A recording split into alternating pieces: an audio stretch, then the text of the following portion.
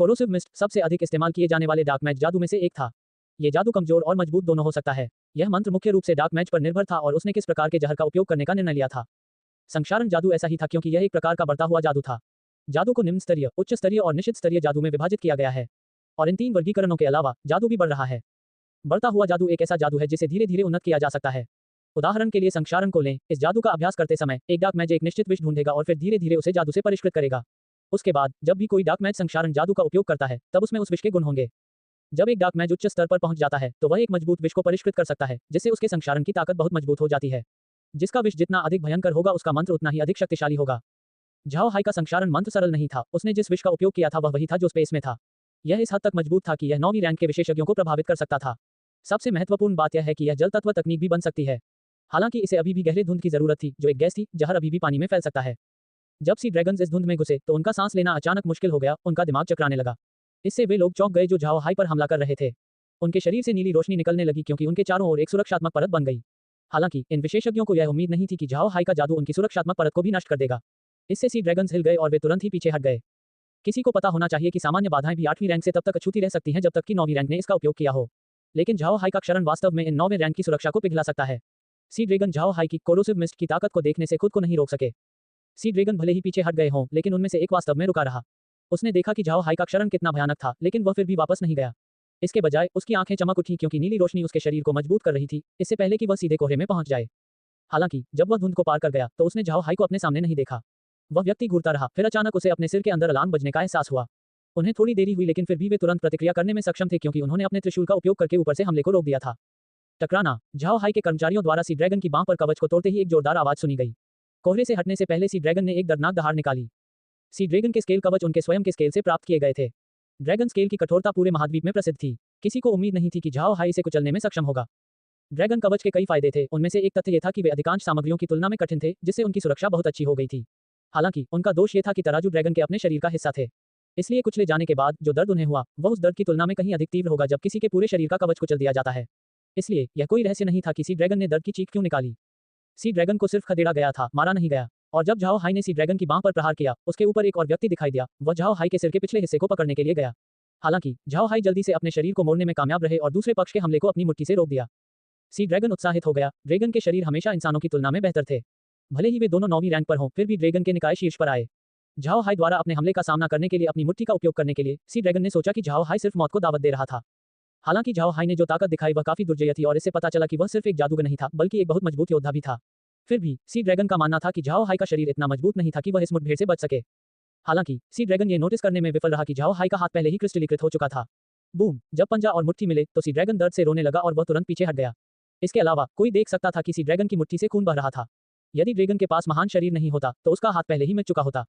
एक अन्य व्यक्ति को खदेड़ने के बाद झाओ हाई का चरित्र वापस लड़ाई में भाग गया। वह अपने कर्मचारियों को लहराते हुए हाल ही में घायल हुए सी ड्रैगन की ओर उड़ गया जिससे कुछ बर्फ के भाले दिखाई दिए और अन्य सी ड्रैगन्स पर हमला कर दिया।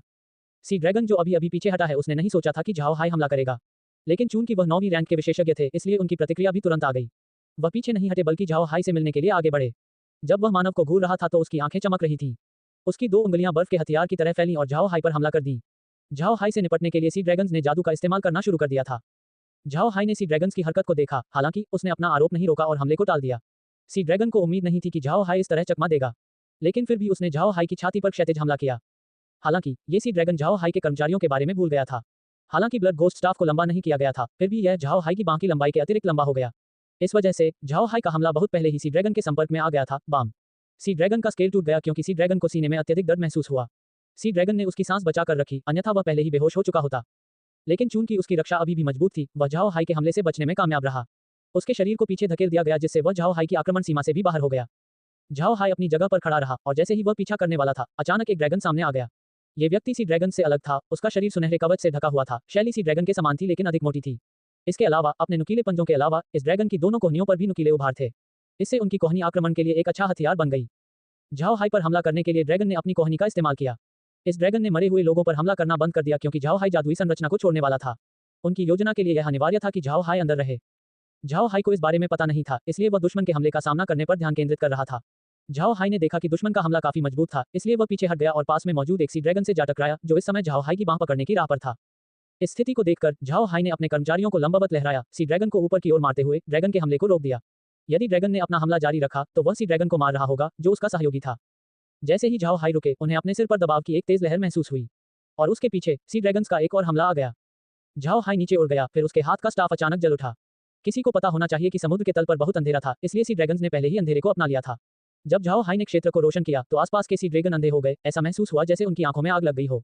उन्होंने अपने हमले को रोकते हुए गुर्राना शुरू कर दिया और फिर पीछे मुड़ गए।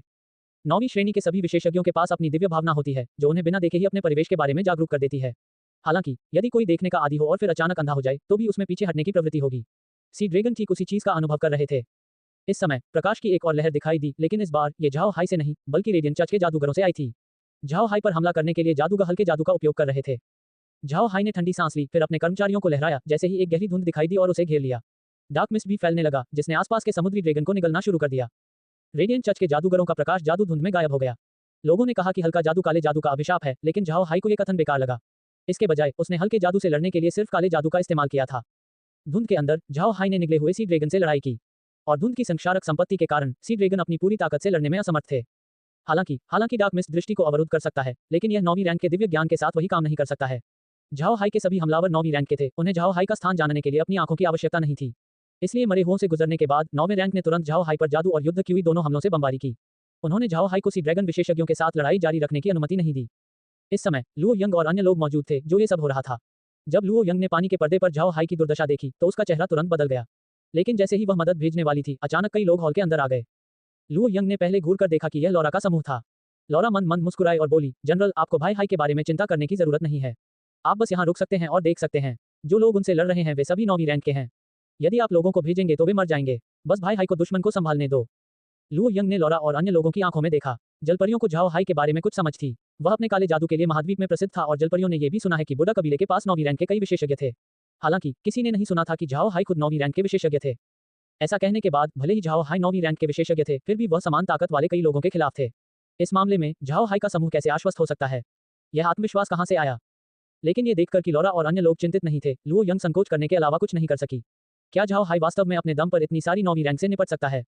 लुओ यंग ने लौरा की ओर देखा। लौरा समझ गई कि लुओ यंग क्या सोच रही है, इसलिए वह मंद मंद मुस्कुराई और बोली, जनरल, निश्चिंत रहें। भले ही भाई हाई उन्हें नहीं मार सकते, लेकिन वह जब भी संभव हो भाग सकते हैं। चिंता करने की कोई जरूरत नहीं है। लुओ यंग ने सिर हिलाया और कहा, ठीक है, फिर हम मिस्टर पर अपनी नजर रखेंगे। यदि श्रीमान को सहायता की आवश्यकता हो तो हम उन्हें किसी भी समय भेज सकते हैं। मेरा एजो ड्रैगन स्नेल बिना किसी समस्या के कई 9वें रैंक से निपट सकता है। लौरा मंद मंद मुस्कुराई और बोली, जनरल, निश्चिंत रहें। अगर ऐसा समय आया तो हम असभ्य हो जाएंगे। जनरल, हम छुट्टी लेंगे। फिर समूह गायब हो गया। लुओ यंग जो कुछ हुआ उससे स्तब्ध थी। उसकी अभिव्यक्ति मदद नहीं कर सकी, लेकिन बदल गई। उसने सोचा और अनुमान लगाया कि लौरा और अन्य लोगों के पास भी अंतरिक्ष भिन्न क्षमताएं हो सकती हैं। लुओ यंग को झाओ हाई के पास अंतरिक्ष विचलन क्षमता होने की अफवाहों के बारे में पता था। हालांकि उसने लौरा और अन्य लोगों के बारे में भी कुछ नहीं सुना है। ऐसा लगता है जैसे झाओ हाई के पास बहुत सी चीजें हैं जिन्हें उसने महाद्वीप से गुप्त रखा है। लुओ ने उस स्थान को देखा जहां लौरा और अन्य गायब हो गए थे। फिर उसने कहा, मैं उनके साथ काफी दिनों से हूं। मैंने उनसे इतने दुर्जय होने की उम्मीद नहीं की थी। लुओ यंग ने मंद मंद मुस्कुराते हुए कहा, मूर्खतापूर्ण बात। अगर वे नहीं चाहते कि आपको पता चले तो आपके लिए पता लगाने का कोई रास्ता नहीं है। मुझे लगता है कि इस बार उन्होंने खुद को प्रकट कर दिया क्योंकि वे चाहते थे कि हम सहज महसूस करें, अन्यथा वे हमें अपनी क्षमता नहीं दिखा पाते। ऐसा लगता है जैसे मिस्टर झाओ हाई में इस बार दुश्मनों से निपटने की क्षमता है। तब दशान, जो किनारे पर था, ने कहा, जनरल, सी ड्रैगन्स ने बहुत सारी 9वीं रैंक जमा कर ली है। ये हमें एक खतरनाक संकट में डाल सकता है। मुझे लगता है कि हमें महामहिम को संदेश भेजना चाहिए। उन्हें हमारी सहायता के लिए कुछ 9वीं रैंक भेजनी चाहिए। लुओ यंग ने अपना सिर हिलाया और कहा, यह अच्छा नहीं है। हमारी स्थिति को खतरनाक मत समझिए। वास्तव में यह महामहिम ही है जो इस समय खतरे में है। आपने शायद इसे नहीं देखा होगा, लेकिन वर्तमान स्थिति इस तथ्य से उत्पन्न हुई है कि सी ड्रैगन्स हमें यहाँ रोकने से पहले मिस्टर झाओ हाई से निपटना चाहते थे, जिससे हमने महामहिम से मदद मांगी। और जब महारानी मदद भेजती हैं, तो ड्रैगन को मरमेड द्वीप पर हमला करने का अवसर मिलेगा। दशान ने एक पल के लिए घूर कर देखा, इससे पहले कि उसकी अभिव्यक्ति बदल जाए, तब महामहिम खतरे में है। जनरल, क्या हमें द्वीप पर संदेश वापस नहीं भेजना है? लुओ यंग ने अपना सिर हिलाया। मुझे नहीं लगता कि यह आवश्यक है। आपको इसके बारे में चिंता करने की जरूरत नहीं है। जब मैंने महामहिम को बताया कि सी ड्रैगन्स और ड्रैगन्स एक साथ काम कर रहे हैं, तो उन्हें पहले से ही अपनी सुरक्षा तैयार कर लेनी चाहिए थी। दशान ने सिर हिलाया और अब और बात नहीं की। फिर लुओ यंग ने अपनी नजर वापस पानी के पर्दे की ओर घुमाई। झाओ हाई को यह नहीं पता था, लेकिन यह पानी का पर्दा कोई सामान्य जादू नहीं था, बल्कि एक प्रकार का जादू था जो केवल एजो ड्रैगन घोंघे के लिए अद्वितीय था। 1000 साल पुराने इस घोंघे को अनगिनत सालों तक परिष्कृत करने के बाद ये क्षमता हासिल करने में कामयाब हुआ। लुओ यंग ने इस पर्दे को वॉल कर्टेन नाम दिया है। एक बार जब उन्होंने एजो ड्रैगन घोंघा छोड़ दिया, तो जलपरियों के लिए इस जादू का दोबारा उपयोग करना असंभव होगा। अगर झाओ हाई ने लुओ यंग को अपना मॉनिटर दिखाया, तो लुओ यंग निश्चित रूप से आश्चर्यचकित हो जाएगी। ठीक समय पर लुओ यंग की नजर पानी के पर्दे की ओर गई और एक दृश्य देखा जिसने उसे आश्चर्यचकित कर दिया। झाओ हाई अब एक बार फिर सी ड्रैगन से लड़ रहा था, लेकिन अब उसे फायदा होता दिख रहा है।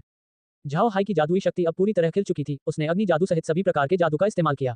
भले ही आग पानी से बहुत अधिक प्रभावित थी, फिर भी झाओ हाई इसका उपयोग करने में कामयाब रहा। इसके अलावा इसकी शक्ति भी काफी मजबूत थी। इसके अलावा झाओ हाई के पास करीबी युद्ध क्षमता थी जो उसके शरीर के क्रिस्टलीकृत होने में सक्षम होने के कारण ड्रैगन से कहीं अधिक मजबूत थी। इसलिए हालांकि उसे घेर लिया गया था, फिर भी वह हावी होने में कामयाब रहा। लुओ यंग ने पानी के पर्दे को एकटक देखा। उसे उम्मीद नहीं थी कि झाओ हाई इतना मजबूत होगा। उसने अपनी दोनों आंखों से देखा कि कैसे झाओ हाई ने एक ड्रैगन को मारा और उसे पीछे हटाने में कामयाब रही। इससे लुओ यंग निःशब्द हो गई। उसे संदेह हुआ कि क्या ये वास्तव में ड्रैगन थे।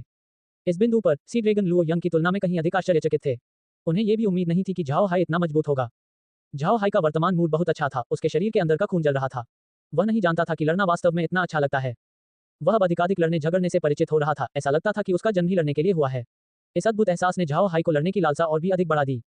लेकिन इसमें असाधारण बात यह थी कि भले ही उसका खून उत्तेजना से उबल रहा हो, उसका दिमाग शांत रहता था, जिससे वह हमेशा दुश्मन के हमलों पर प्रतिक्रिया कर सकता था और उनका मुकाबला कर सकता था।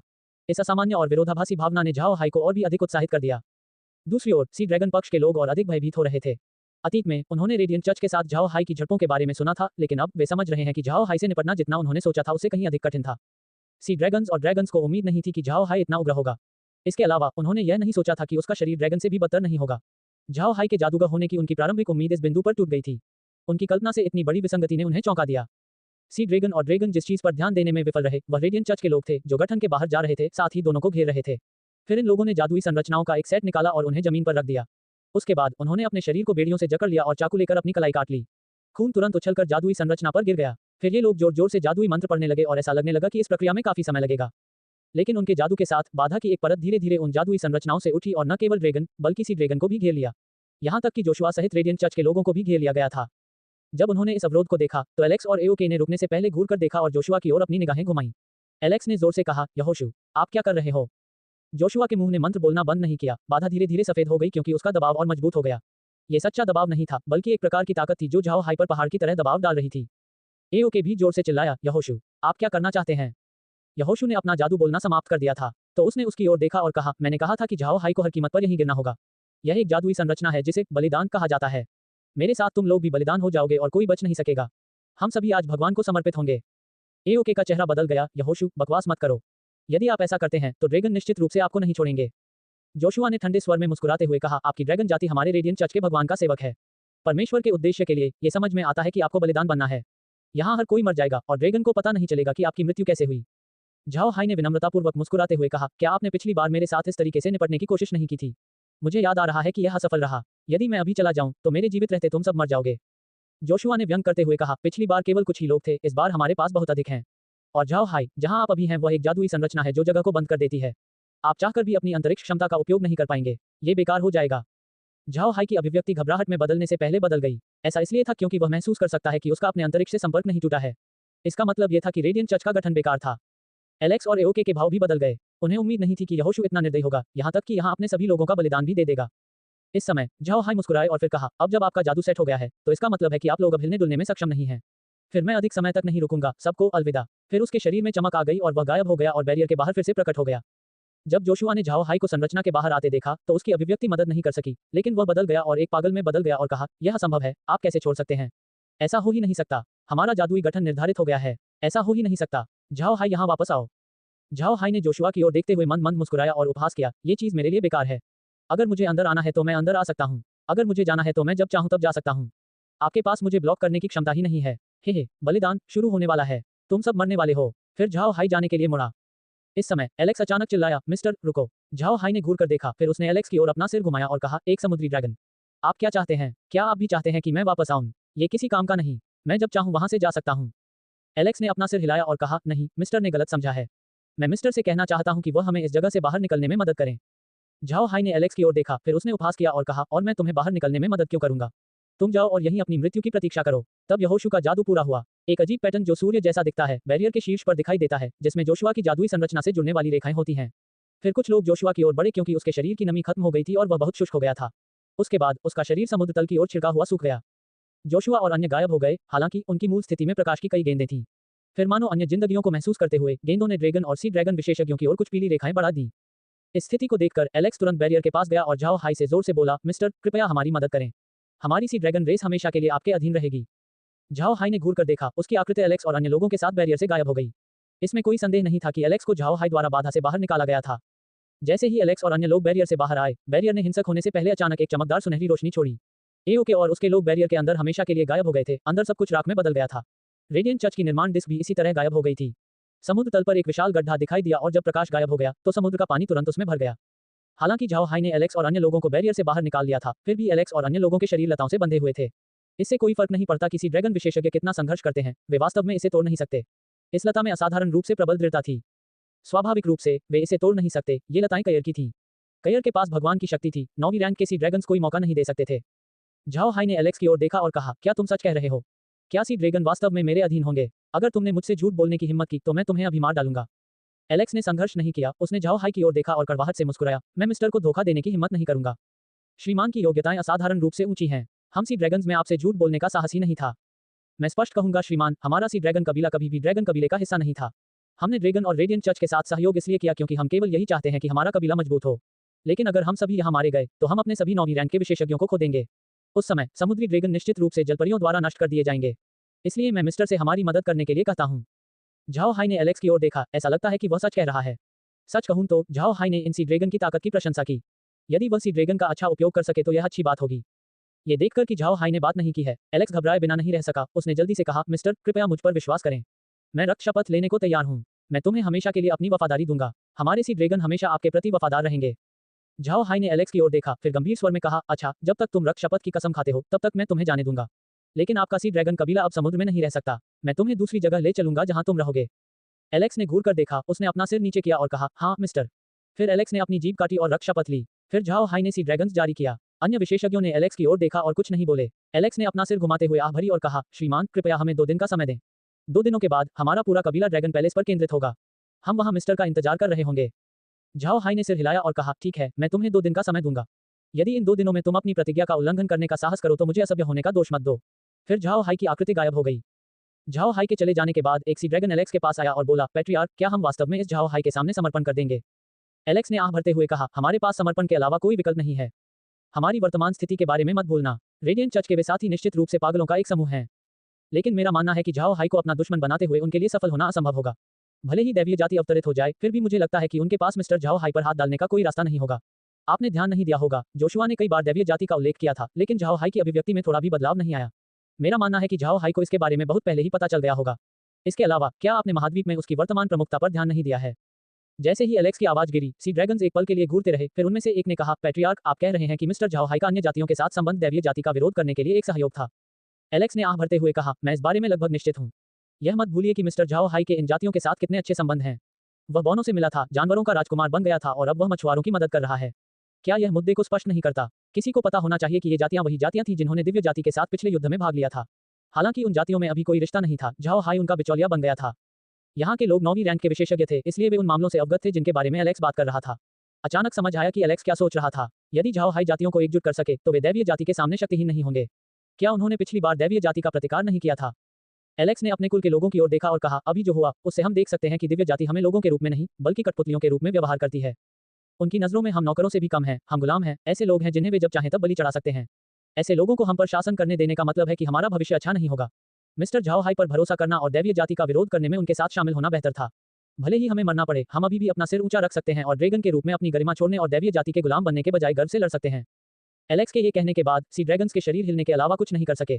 ड्रैगन का अपना गौरव, अपनी गरिमा होती है, इसलिए वे केवल अपने से मजबूत लोगों के प्रति समर्पण करते हैं। लेकिन अगर वे समर्पण करते हैं तो भी उन्हें उचित सम्मान मिलना चाहिए और किसी अन्य व्यक्ति के गुलाम के रूप में काम नहीं करना चाहिए।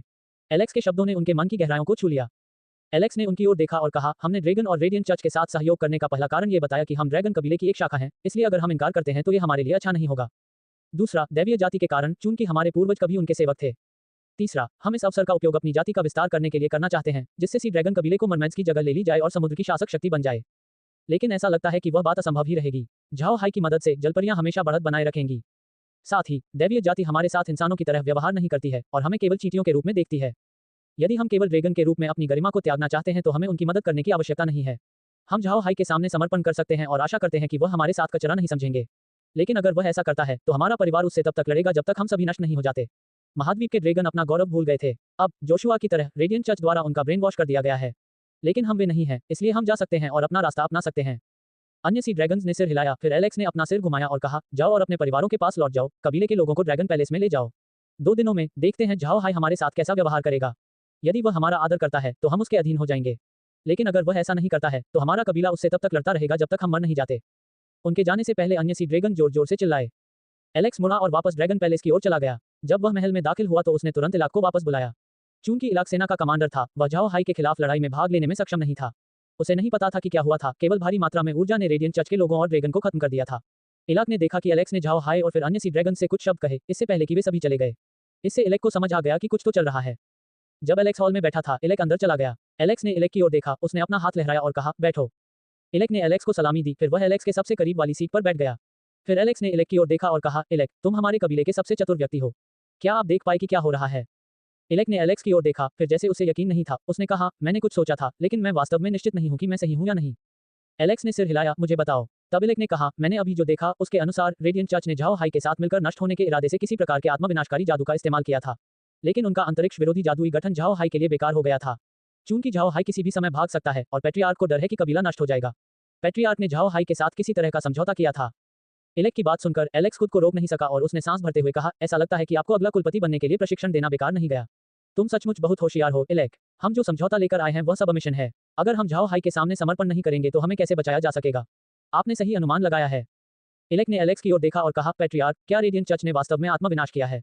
क्या उन्होंने अंदर मौजूद सभी लोगों को खत्म कर दिया? एलेक्स का चेहरा बदल गया। यह आत्मविनाशकारी जादू नहीं है, ये बलिदान है। यदि झाओ हाई नहीं होते तो हम उस बलिदान का हिस्सा बन गए होते।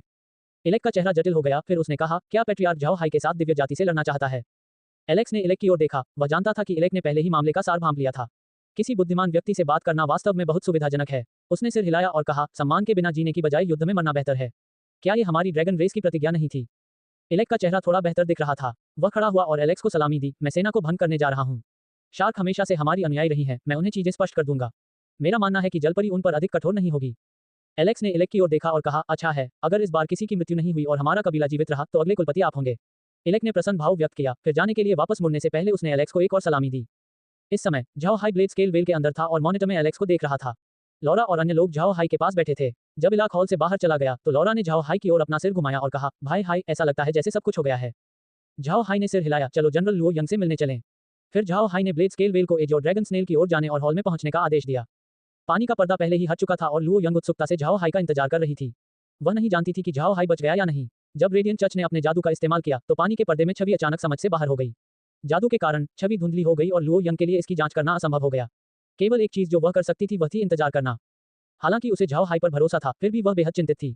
ऐसा इसलिए था क्योंकि ये लड़ाई बहुत महत्वपूर्ण थी। यदि झाओ हाई किसी दुर्घटना का शिकार हो जाता है तो यह न केवल मरमेड कबीले को प्रभावित करेगा बल्कि दैवीय जाति के खिलाफ भविष्य के युद्ध को भी प्रभावित करेगा।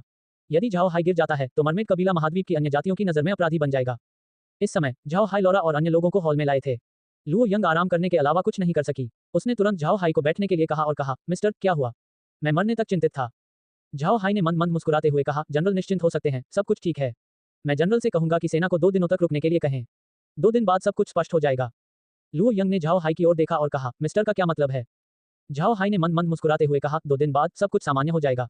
जनरल को राहत मिल सकती है, सी ड्रैगन अब हमला नहीं करेंगे। इसके अलावा इन 2 दिनों में उनकी सेना भी बिखर सकती है। उसके बाद मुझे विद्रोह के अवशेषों को दबाने का काम जनरल के हाथों में छोड़ना होगा। लुओ यंग अचंभित रह गई, फिर उसकी दोनों आंखें चमक उठी। उसने झाओ हाई की ओर देखा और कहा, क्या मिस्टर सच कह रहे हैं? झाओ हाई ने मुस्कुराते हुए कहा, मैंने झूठ नहीं बोला। मैं जनरल से भी तैयारी करने को कहता हूँ। ये संभव है कि शार्क जनजाति थोड़ी परेशान करने वाली हो। लुओ यंग ने झाओ हाई की ओर देखा और कहा, मिस्टर निश्चिंत हो सकते हैं, मैं 2 दिन तक इंतजार करूंगा। फिर उसके बाद मैं स्वयं देख लूंगा कि आपका क्या मतलब है। झाओ हाई खड़े हुए, फिर उन्होंने लुओ यंग को प्रणाम किया और कहा, फिर मुझे आपके भरोसे के लिए जनरल को धन्यवाद देना होगा। मैं काफी थक गया हूँ, इसलिए मैं वापस जाऊंगा और पहले आराम करूंगा। 2 दिन बाद जनरल को आपके जवाब मिल जाएंगे। एकमात्र चीज जिसकी मैं जनरल को गारंटी दे सकता हूँ वह ये तथ्य है कि आप भविष्य में समुद्र में सी ड्रैगन नहीं देखेंगे। लुओ यंग ने घूर कर देखा। वह समझ नहीं पाई कि झाओ हाई ने क्या कहा। मिस्टर का मतलब क्या है? झाओ हाई ने मंद मंद मुस्कुराते हुए कहा, 2 दिनों में सब कुछ स्पष्ट हो जाएगा। फिर उसने लॉरा और अन्य लोगों को जाने के लिए प्रेरित किया। झाओ हाई को वापस जाते देख लुओ यंग पूरी तरह से भ्रमित हो गई। उसने भौहें सिकोड़ ली और फिर बुदबुदाया, 2 दिन बाद? 2 दिन में क्या होगा? मैं अब और अधिक जिज्ञासु होता जा रहा हूँ। झाओ हाई और अन्य लोगों के अंतरिक्ष में लौटने के बाद उन्होंने मॉनिटर खोला और सी ड्रैगन कबीले की स्थिति को देखा। झाओ हाई दूर से सी ड्रैगन्स की स्थिति को भांपने में सक्षम था क्योंकि जब उसने एलेक्स से बात की थी तो उसने क्षेत्र की अधिक स्पष्ट रूप से निगरानी करने के लिए ड्रैगन पैलेस में अपने कर्मचारियों को भी नीचे रखा था। सी ड्रैगन्स ने अब वास्तव में अपनी सेना को भंग कर दिया था। दरअसल सी ड्रैगन आर्मी के ज्यादातर लोग इस लड़ाई में लड़ने को तैयार नहीं थे, लेकिन सी ड्रैगन्स की ताकत के कारण उनके पास भाग लेने के अलावा कोई अन्य विकल्प नहीं था। अब जब सी ड्रैगन्स ने अपनी सेना को भंग कर दिया था तो ये लोग तुरंत घूम गए और भाग गए। हालांकि एकमात्र परेशानी शार्क जनजाति से आई। शार्क इस विद्रोह में सी ड्रैगन के साथ शामिल होने के लिए बेहद इच्छुक थे। ऐसा इसलिए क्योंकि वे इस मौके का इस्तेमाल समुद्र में अपनी हैसियत बढ़ाने के लिए भी करना चाहते हैं। इसलिए जब सी ड्रैगन ने सब कुछ खत्म करने का फैसला किया तो शार्क ने तुरंत इनकार कर दिया। लेकिन सी ड्रैगन्स की मानसिकता बिल्कुल अलग थी, उनकी प्रारंभिक महत्वाकांक्षा नहीं थी। वे जानते थे कि यदि वे लड़ाई जारी रखेंगे तो उनके लिए इसे जारी रखना असंभव होगा। इसलिए उन्होंने अपनी सेना को भंग कर दिया ताकि जलपरियां अन्य जनजातियों पर कठोर न हो। शार्क कबीला बेहद अनिच्छुक था, वे मरमेड कबीले को मारने पर अड़े हुए थे। वे व्हेल जनजाति की स्थिति को बदलना चाहते थे। हालांकि सी ड्रैगन्स ने हिम्मत खोना शुरू कर दिया था, जो कुछ ऐसा था जो शार्क नहीं चाहते थे। इस समय सी ड्रैगन असभ्य हो गए। शार्क में निश्चित रूप से महत्वाकांक्षा है, लेकिन उनके पास ताकत नहीं है। यदि सी ड्रैगन शार्क को जारी रखने की अनुमति देते हैं तो फिशमैन रेस को और अधिक उथल-पुथल में डाल दिया जाएगा और यह स्थिति दैवीय जाति के साथ उनकी भविष्य की लड़ाई को प्रभावित करेगी। सी ड्रैगन के दिमाग में चूंकि वे अब दैवीय जाति से लड़ रहे थे, तो उन्हें उतरते देवताओं का विरोध करने के लिए आवश्यक सभी संसाधनों को संरक्षित करना होगा, चाहे वे मारे गए हों या नहीं। उन्होंने झाओ हाई के प्रति अपनी निष्ठा की शपथ ली थी, इसलिए शार्क की महत्वाकांक्षा समाप्त होनी चाहिए। आखिरकार इस जंगली जनजाति को उनके द्वारा पाला गया था। इलेक ने पहले से ही सोचा था कि सेना को भंग करने की घोषणा करते ही शार्क हंगामा मचा देंगे। इसलिए इलेक ने मारने के लिए सी ड्रैगन की एक सेना का नेतृत्व किया। शार्क बिल्कुल भी सी ड्रैगन से मेल नहीं खाती थी। सी ड्रैगन्स ने शार्क जनजाति को खत्म करने का बीड़ा उठाया। बाकी शार्क वे थे जो शुरू में ईमानदार थे, इसलिए झाओ हाई के दिमाग में छवि सामने नहीं आई। झाओ हाई ने नहीं सोचा था कि इलेक इतनी आसानी से चीजों को संभाल पाएगा। उसने शार्क्स को परेशानी पैदा करने का मौका भी नहीं दिया। इससे झाओ हाई इलेक पर और अधिक ध्यान देने लगा। इलेक उनका प्रतिद्वंद्वी था और ऐसा लगता है कि इलेक कोई साधारण व्यक्ति नहीं था। ये देखकर कि सी ड्रैगन पक्ष के मामले सुलझ गए थे, झाओ हाई को राहत महसूस हुई। फिर उसने मरमेड द्वीप पर स्थिति देखने के लिए अपने मॉनिटर को समायोजित किया। झाओ हाई को नहीं पता था कि ड्रैगन कब जाएंगे और द्वीप पर हमला करेंगे।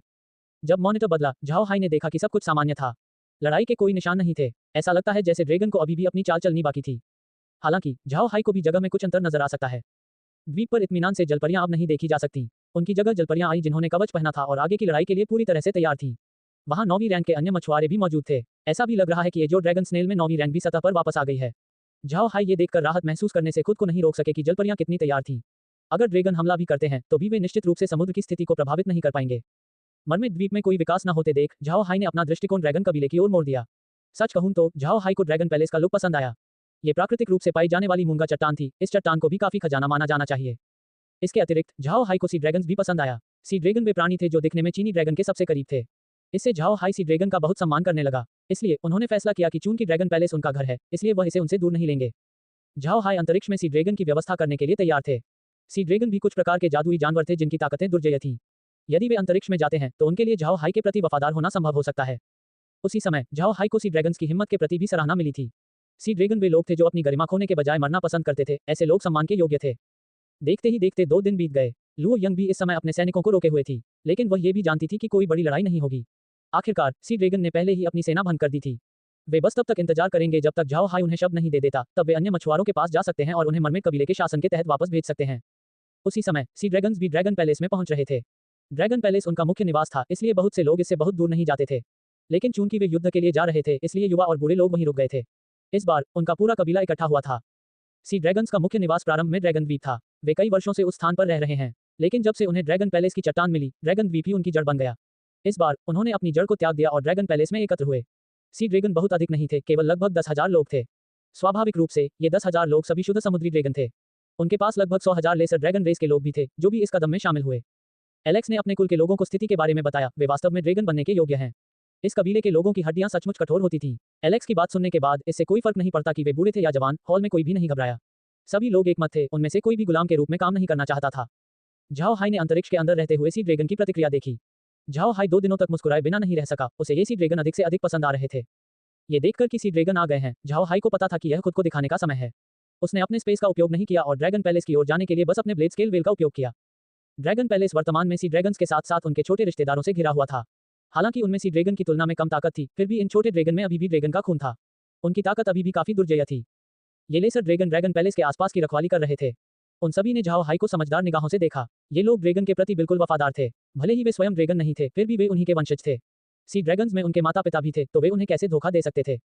भले ही सी ड्रैगन कबीले में उनकी स्थिति ऊंची नहीं थी, फिर भी वे अन्य जनजातियों के लिए कबीले के प्रतिनिधि थे। कोई भी अन्य जनजाति उन्हें हटाने की हिम्मत नहीं करेगी। इसके अलावा जब भी सी ड्रैगन को किसी चीज की आवश्यकता होगी तो ये लेसर ड्रैगन ही कार्रवाई करेंगे। इससे उन दोनों के बीच एक अन्योन्याश्रित संबंध स्थापित हुआ। हालांकि उनमें से अधिकांश 2 लेसर ड्रैगन माता पिता की संतान थे, फिर भी वे ड्रैगन रेस के साथ अपने रिश्ते को नहीं छोड़ सकते थे। इन ड्रैगन ने अपनी बात को अत्यधिक महत्व दिया। एक बार जब उन्होंने कहा कि वे झाओ हाई को सौंप देंगे, तो वे झाओ हाई को सौंप देंगे। हालांकि अगर झाओ हाई उनके साथ गुलाम की तरह व्यवहार करता है, तो ये सी ड्रैगन निश्चित रूप से अपने जीवन के जोखिम पर भी लड़ेंगे। इसलिए ये लेसर ड्रैगन झाओ हाई के प्रति काफी शत्रु थे। वे जानना चाहते थे कि झाओ हाई उनके साथ कैसा व्यवहार करने की योजना बना रहा है। झाओ हाई की blade scale well dragon palace पहुंची। चूंकि महल के अंदर पानी नहीं था, झाओ हाई ने अपनी वेल को उस जगह के ठीक बाहर रोक दिया। फिर वह लॉरा और अन्य लोगों को अंदर इंतजार कर रहे लोगों को देखने के लिए ले गया। सभी सी ड्रैगन इस समय झाओ हाई को देख रहे थे। झाओ हाई मंद मंद मुस्कुराए और अहंकारी होने की हिम्मत नहीं की। उन्होंने लोगों को प्रणाम किया और कहा, झाओ हाई बुढ़ा सी ड्रैगन कबीले के संरक्षक के साथ दर्शकों का अनुरोध करता है। सी ड्रैगन्स झाओ हाई के तौर तरीकों से दंग रह गए। उनका चेहरा बदल गया, लेकिन उनमें से एक ने कहा, हम मिस्टर झाओ हाई से मिले हैं। हमें श्रीमान के स्वागत के लिए पैट्रियार्क द्वारा भेजा गया है।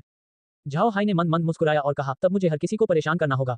फिर वह अन्य लोगों के साथ हॉल की ओर चल दिया। झाओ हाई का रवैया सभी सी ड्रैगन के साथ साथ लेसर ड्रैगन द्वारा भी देखा गया था। झाओ हाई के तौर तरीकों को देखकर वे उसके बारे में अपना दृष्टिकोण थोड़ा बदलने से नहीं रोक सके। एलेक्स ने उन्हें बताया था कि झाओ हाई कितना शक्तिशाली था। उन्होंने उनसे ये भी कहा कि अगर झाओ हाई का रवैया बुरा नहीं होता तो उन्हें इस बात की चिंता नहीं होती कि उन्हें अपमानित किया जाएगा। हालांकि वह उस समय हताश थे, इसलिए उनके पास कोई विकल्प नहीं था। इस वजह से झाओ हाई से उनकी उम्मीदें अलग थी जो वह अभी दिखा रहा था। इससे सी ड्रैगन और लेसर ड्रैगन बहुत आश्चर्यचकित हो गए। झाओ हाई को इनमें से किसी की भी परवाह नहीं थी, क्योंकि वह सी ड्रैगन्स के समूह के साथ हॉल के अंदर पहुंचा था। मूंगा बहुत विशाल था और सी ड्रैगन्स द्वारा इसका बहुत अधिक नवीनीकरण किया गया था। पूरे ड्रैगन पैलेस के अंदर कई महल थे और उनमें महाद्वीप के महलों की तुलना में कोई अंतर नहीं था। यह उन महलों की तुलना में और भी अधिक सुंदर हो सकता है। महाद्वीप के महलों में उतने मोती और क्रिस्टल नहीं थे जितने ड्रैगन पैलेस के अंदर थे। झाओ हाई ने महल के अंदर ड्रैगन मंदिर की ओर सी ड्रैगन का पीछा किया। ये ड्रैगन मंदिर ड्रैगन महल के अंदर सबसे बड़ा हॉल था। ये वह स्थान भी था जहां एलेक्स और बुजुर्गों ने अपने मेहमान का स्वागत करने का फैसला किया था। आमतौर पर एलेक्स यहां नहीं होगा, वह केवल अपने महल के अंदर होगा। हॉल के प्रवेश द्वार से पहले दो समुद्री ड्रैगन पहरा दे रहे थे। जब दोनों ने झाओ हाई को अन्य सी ड्रैगन्स के साथ आते देखा तो दोनों ने घोषणा की, मिस्टर झाओ हाई आ गए हैं। फिर दोनों ने झाओ हाई की ओर अपना सिर घुमाया और झुककर कहा, हम मिस्टर झाओ हाई को प्रवेश के लिए आमंत्रित करते हैं। फिर उन्होंने ग्रेट हॉल का दरवाजा धक्का देकर खोल दिया। लॉरा और अन्य को हॉल की ओर ले जाने से पहले झाओ हाई ने दोनों के प्रति अपना आभार व्यक्त किया। जैसे ही वह हॉल के अंदर पहुंचे, झाओ हाई घूरने से खुद को रोक नहीं सके। हॉल के अंदर बहुत सारे लोग थे। इनमें से कुछ बुजुर्ग सी ड्रैगन थे, जबकि कुछ सी ड्रैगन के 9वीं रैंक के विशेषज्ञ थे। देखा जा सकता है कि यहाँ मौजूद लोगों की हैसियत कोई साधारण नहीं थी। झाओ हाई हल्के से मुस्कुराए, फिर उन्होंने एलेक्स को झुकने से पहले कई कदम आगे बढ़ाया, जो इस समय एक ऊंचे मंच पर था, और कहा, झाओ हाई ने पैट्रियार्क एलेक्स को देखा है। एलेक्स झाओ हाई के रवैये से चकित रह गया। उसने धनुष लौटाया और कहा, हम मिस्टर झाओ हाई का स्वागत करते हैं। श्रीमान, पूरा कबीला पहले से ही यहाँ है। मैं नहीं जानता कि श्रीमान हमारे साथ कैसे व्यवहार करने की योजना बना रहे हैं। झाओ हाई ने मंद मंद मुस्कुराते हुए कहा, इसके बाद सी ड्रैगन्स और मरमैड्स में सामंजस्य नहीं रहेगा। मुझे डर है कि सी ड्रैगन्स के पास अब समुद्र में कोई जगह नहीं है। मेरी अपनी जगह है जिसमें समुद्र भी है। उस स्थान पर कोई मछुआरा नहीं था, केवल कुछ समुद्री जादुई जानवर थे। मैं सी ड्रैगन को उस स्थान पर ले जाना चाहता हूँ। पितृसत्ता इस बारे में क्या सोचती है? झाओ हाई को बोलते हुए सुनने के बाद हॉल तुरंत शोर के समुद्र में बदल गया। ये सी ड्रैगन पीढ़ियों से इस समुद्र में रहते हैं और उन्हें यह भी स्पष्ट था कि यह अंतहीन समुद्र पूरे आर्क महाद्वीप में एकमात्र बड़ा समुद्र था। उन्होंने ऐसे किसी भी समुद्र के बारे में नहीं सुना था जिसमें मछुआरे जनजाति न हो और केवल समुद्री जादुई जानवर हों। एलेक्स ने झाओ हाई की ओर देखते हुए भौहें चढ़ा दी। मिस्टर, क्या आप मेरे साथ मजाक कर रहे हैं? मुझे नहीं लगता कि इस दुनिया में ऐसी कोई जगह है। यदि वास्तव में ऐसी कोई जगह है तो हम स्थानांतरित होने के लिए बेहद इच्छुक होंगे। झाओ हाई ने मंद मंद मुस्कुराते हुए कहा, फिर मुझे पैट्रियार्क से सभी सी ड्रैगन और लेसर ड्रैगन को ड्रैगन पैलेस के अंदर रखने के लिए कहना होगा। उसके बाद मैं तुम्हें उस स्थान पर भेजूंगा। ये देखकर कि झाओ हाई इस बारे में गंभीर लग रहा है, एलेक्स मदद नहीं कर सका, लेकिन सिर हिलाया। किसी भी मामले में चीजें पहले ही इस बिंदु तक पहुंच चुकी हैं। वह छुपना भी चाहे तो छुप नहीं पाएगा। इसके अलावा झाओ हाई उनके प्रति बहुत सम्मानजनक थे, उनका रवैया बुरा नहीं था। इसलिए एलेक्स हॉल के बाहर लोगों की ओर मुड़ा, क्या सभी लोग महल के अंदर आ गए हैं? तभी बाहर के लोगों ने जाने से पहले आवाज लगाई। बहुत पहले सी ड्रैगन और लेसर ड्रैगन महल में आ गए थे। हालांकि उन्हें नहीं पता था कि क्या हो रहा है, फिर भी उन्होंने कोई सवाल नहीं पूछा। एलेक्स से बात करने के बाद झाओ हाई वहीं रुक गया, शांति से खड़ा रहा। उसने अपनी आंखें भी बंद कर ली, जैसे कि उसे किसी चीज की कोई जिज्ञासा ही न हो। दूसरी ओर लॉरा और अन्य लोग एलेक्स के साथ साथ हॉल के अंदर मौजूद सभी लोगों की भी तारीफ कर रहे थे। कुछ ही देर में बाहर से लोगों ने संदेश भेजा, पैट्रियार्क को रिपोर्ट करते हुए सभी लोग ड्रैगन पैलेस में प्रवेश कर चुके हैं। एलेक्स ने सिर हिलाया, फिर वह झाओ हाई की ओर देखने लगा। झाओ हाई ने धीरे से अपनी आंखें खोली और फिर कहा, बहुत बढ़िया, अब मैं पैट्रियार्क से बाहर देखने के लिए कहता हूँ। झाओ हाई ने अभी जो कहा उस पर एलेक्स उलझन में था। बाहर देखो। श्रीमान का मतलब क्या है? झाओ हाई ने मंद मंद मुस्कुराते हुए कहा, हम पहले ही उस स्थान पर पहुंच चुके हैं जो मैंने बताया था। मैं पैट्रियार्क से पूछना चाहता हूं कि क्या उन्हें ये पसंद है। एलेक्स ने घूर कर देखा। वह सोच रहा था कि झाओ हाई कोई चुटकुला सुना रहा होगा, लेकिन झाओ हाई की अभिव्यक्ति से पता चला कि वह गंभीर था। हालांकि वह भ्रमित था, फिर भी वह बाहर चला गया। एलेक्स के बाहर जाने के बाद वह घूरने के अलावा कुछ नहीं कर सका। ऐसा इसलिए था क्योंकि अगर वे अभी भी पानी के भीतर थे तो एलेक्स महसूस कर सकता था कि वे कहीं अलग थे। ड्रैगन पैलेस काफी समय पहले ही अपनी स्थिति पर रुक चुका था, इसलिए एलेक्स इसके परिवेश से काफी परिचित था। हालांकि वर्तमान में उसके आसपास मौजूद चट्टानें और पौधे अलग हो गए थे। मूंगा चट्टानों के आसपास तैरने वाले जादुई जानवरों के कारण एलेक्स इस बारे में निश्चिंत हो सकता है। वह देख सकता है कि इन चीजों में फिशमैन गतिविधियों का कोई निशान नहीं था। इस समय इलेक भी आ गया। वह अन्य सी ड्रैगन और लेसर ड्रैगन को नियंत्रण में रखने का प्रभारी था। इसलिए जब एलेक्स ने इलेक को देखा तो उसने तुरंत कहा, इलेक, ये सब क्या है? हमारे आसपास सब कुछ कैसे बदल गया? इलाक ने अपना सिर हिलाते हुए सख्त रुख अपनाया। कुलपति, मुझे कुछ पता नहीं है। जब मैंने सभी को ड्रैगन पैलेस के अंदर जाने के लिए कहा, मुझे केवल अपने आसपास के पानी में थोड़ा सा उतार चढ़ाव महसूस हुआ, फिर नजारा बदल गया। एलेक्स ने झाओ हाई की ओर रुख किया और कहा, मिस्टर, ये कहाँ है? झाओ हाई ने मंद मंद मुस्कुराया और कहा, ये सी ड्रैगन्स का नया घर है। जहां तक इस बात का प्रश्न है कि यह स्थान क्या है, मैं कुलपति से निवेदन करता हूं कि वे मेरे साथ सतह पर आएं।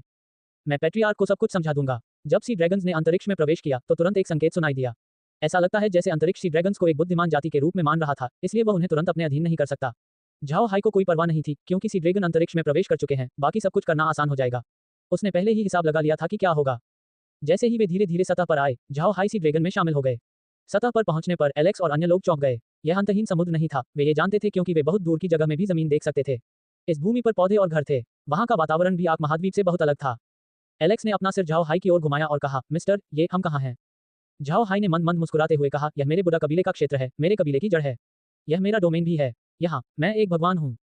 झाओ है पर एलेक्स भ्रमित हो गया, मिस्टर, आपका मतलब है कि समुद्र सहित यहाँ सब कुछ बुडा कबीले का है?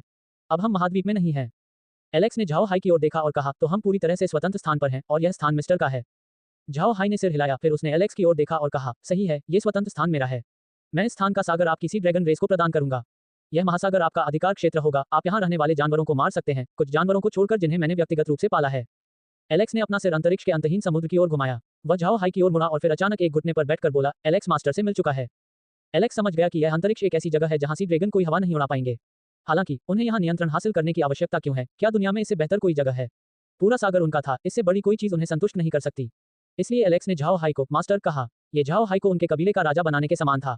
अतीत में एलेक्स हमेशा झाओ हाई को मिस्टर कहता था। झाओ हाई ने एलेक्स की ओर देखा और कहा, उठो, फिर अगली बार मैं यंग मास्टर कहलाना पसंद करूंगा। चूंकि आपके सी ड्रैगन कबीले ने मेरा साथ देने का फैसला किया है, तो आपको दिव्य जाति के साथ साथ उनके पास मौजूद 2 शतरंज के मोहरों, रेडियंट चर्च और ड्रैगन से लड़ने के लिए खुद को तैयार करना होगा। ये लोग मेरी हत्या सूची में हैं। आपका कबीला भी इस सूची में हुआ करता था, लेकिन जब से आप मेरे अनुयायी बन गए हैं, आप बच गए हैं। यदि भविष्य में मुझे कभी भी आपकी सहायता की आवश्यकता पड़े तो अब आपको अस्वीकार कर देना चाहिए। समझना? एलेक्स ने उत्तर दिया, मैं समझता हूँ, यंग मास्टर। झाओ हाई ने सिर हिलाया, फिर उसने कयर को बुलाया और कहा, ये कयर है, स्पेस का प्रबंधक जिसे मैंने नियुक्त किया था। आमतौर पर मैं हर समय अंतरिक्ष के अंदर नहीं रह पाऊंगा। अगर तुम्हें किसी चीज की जरूरत है तो बस उसे ढूंढो। यदि मुझे तुम्हारे लिए कुछ करना है तो कयर ही वह व्यक्ति होगा जो तुम्हें ढूंढ रहा होगा।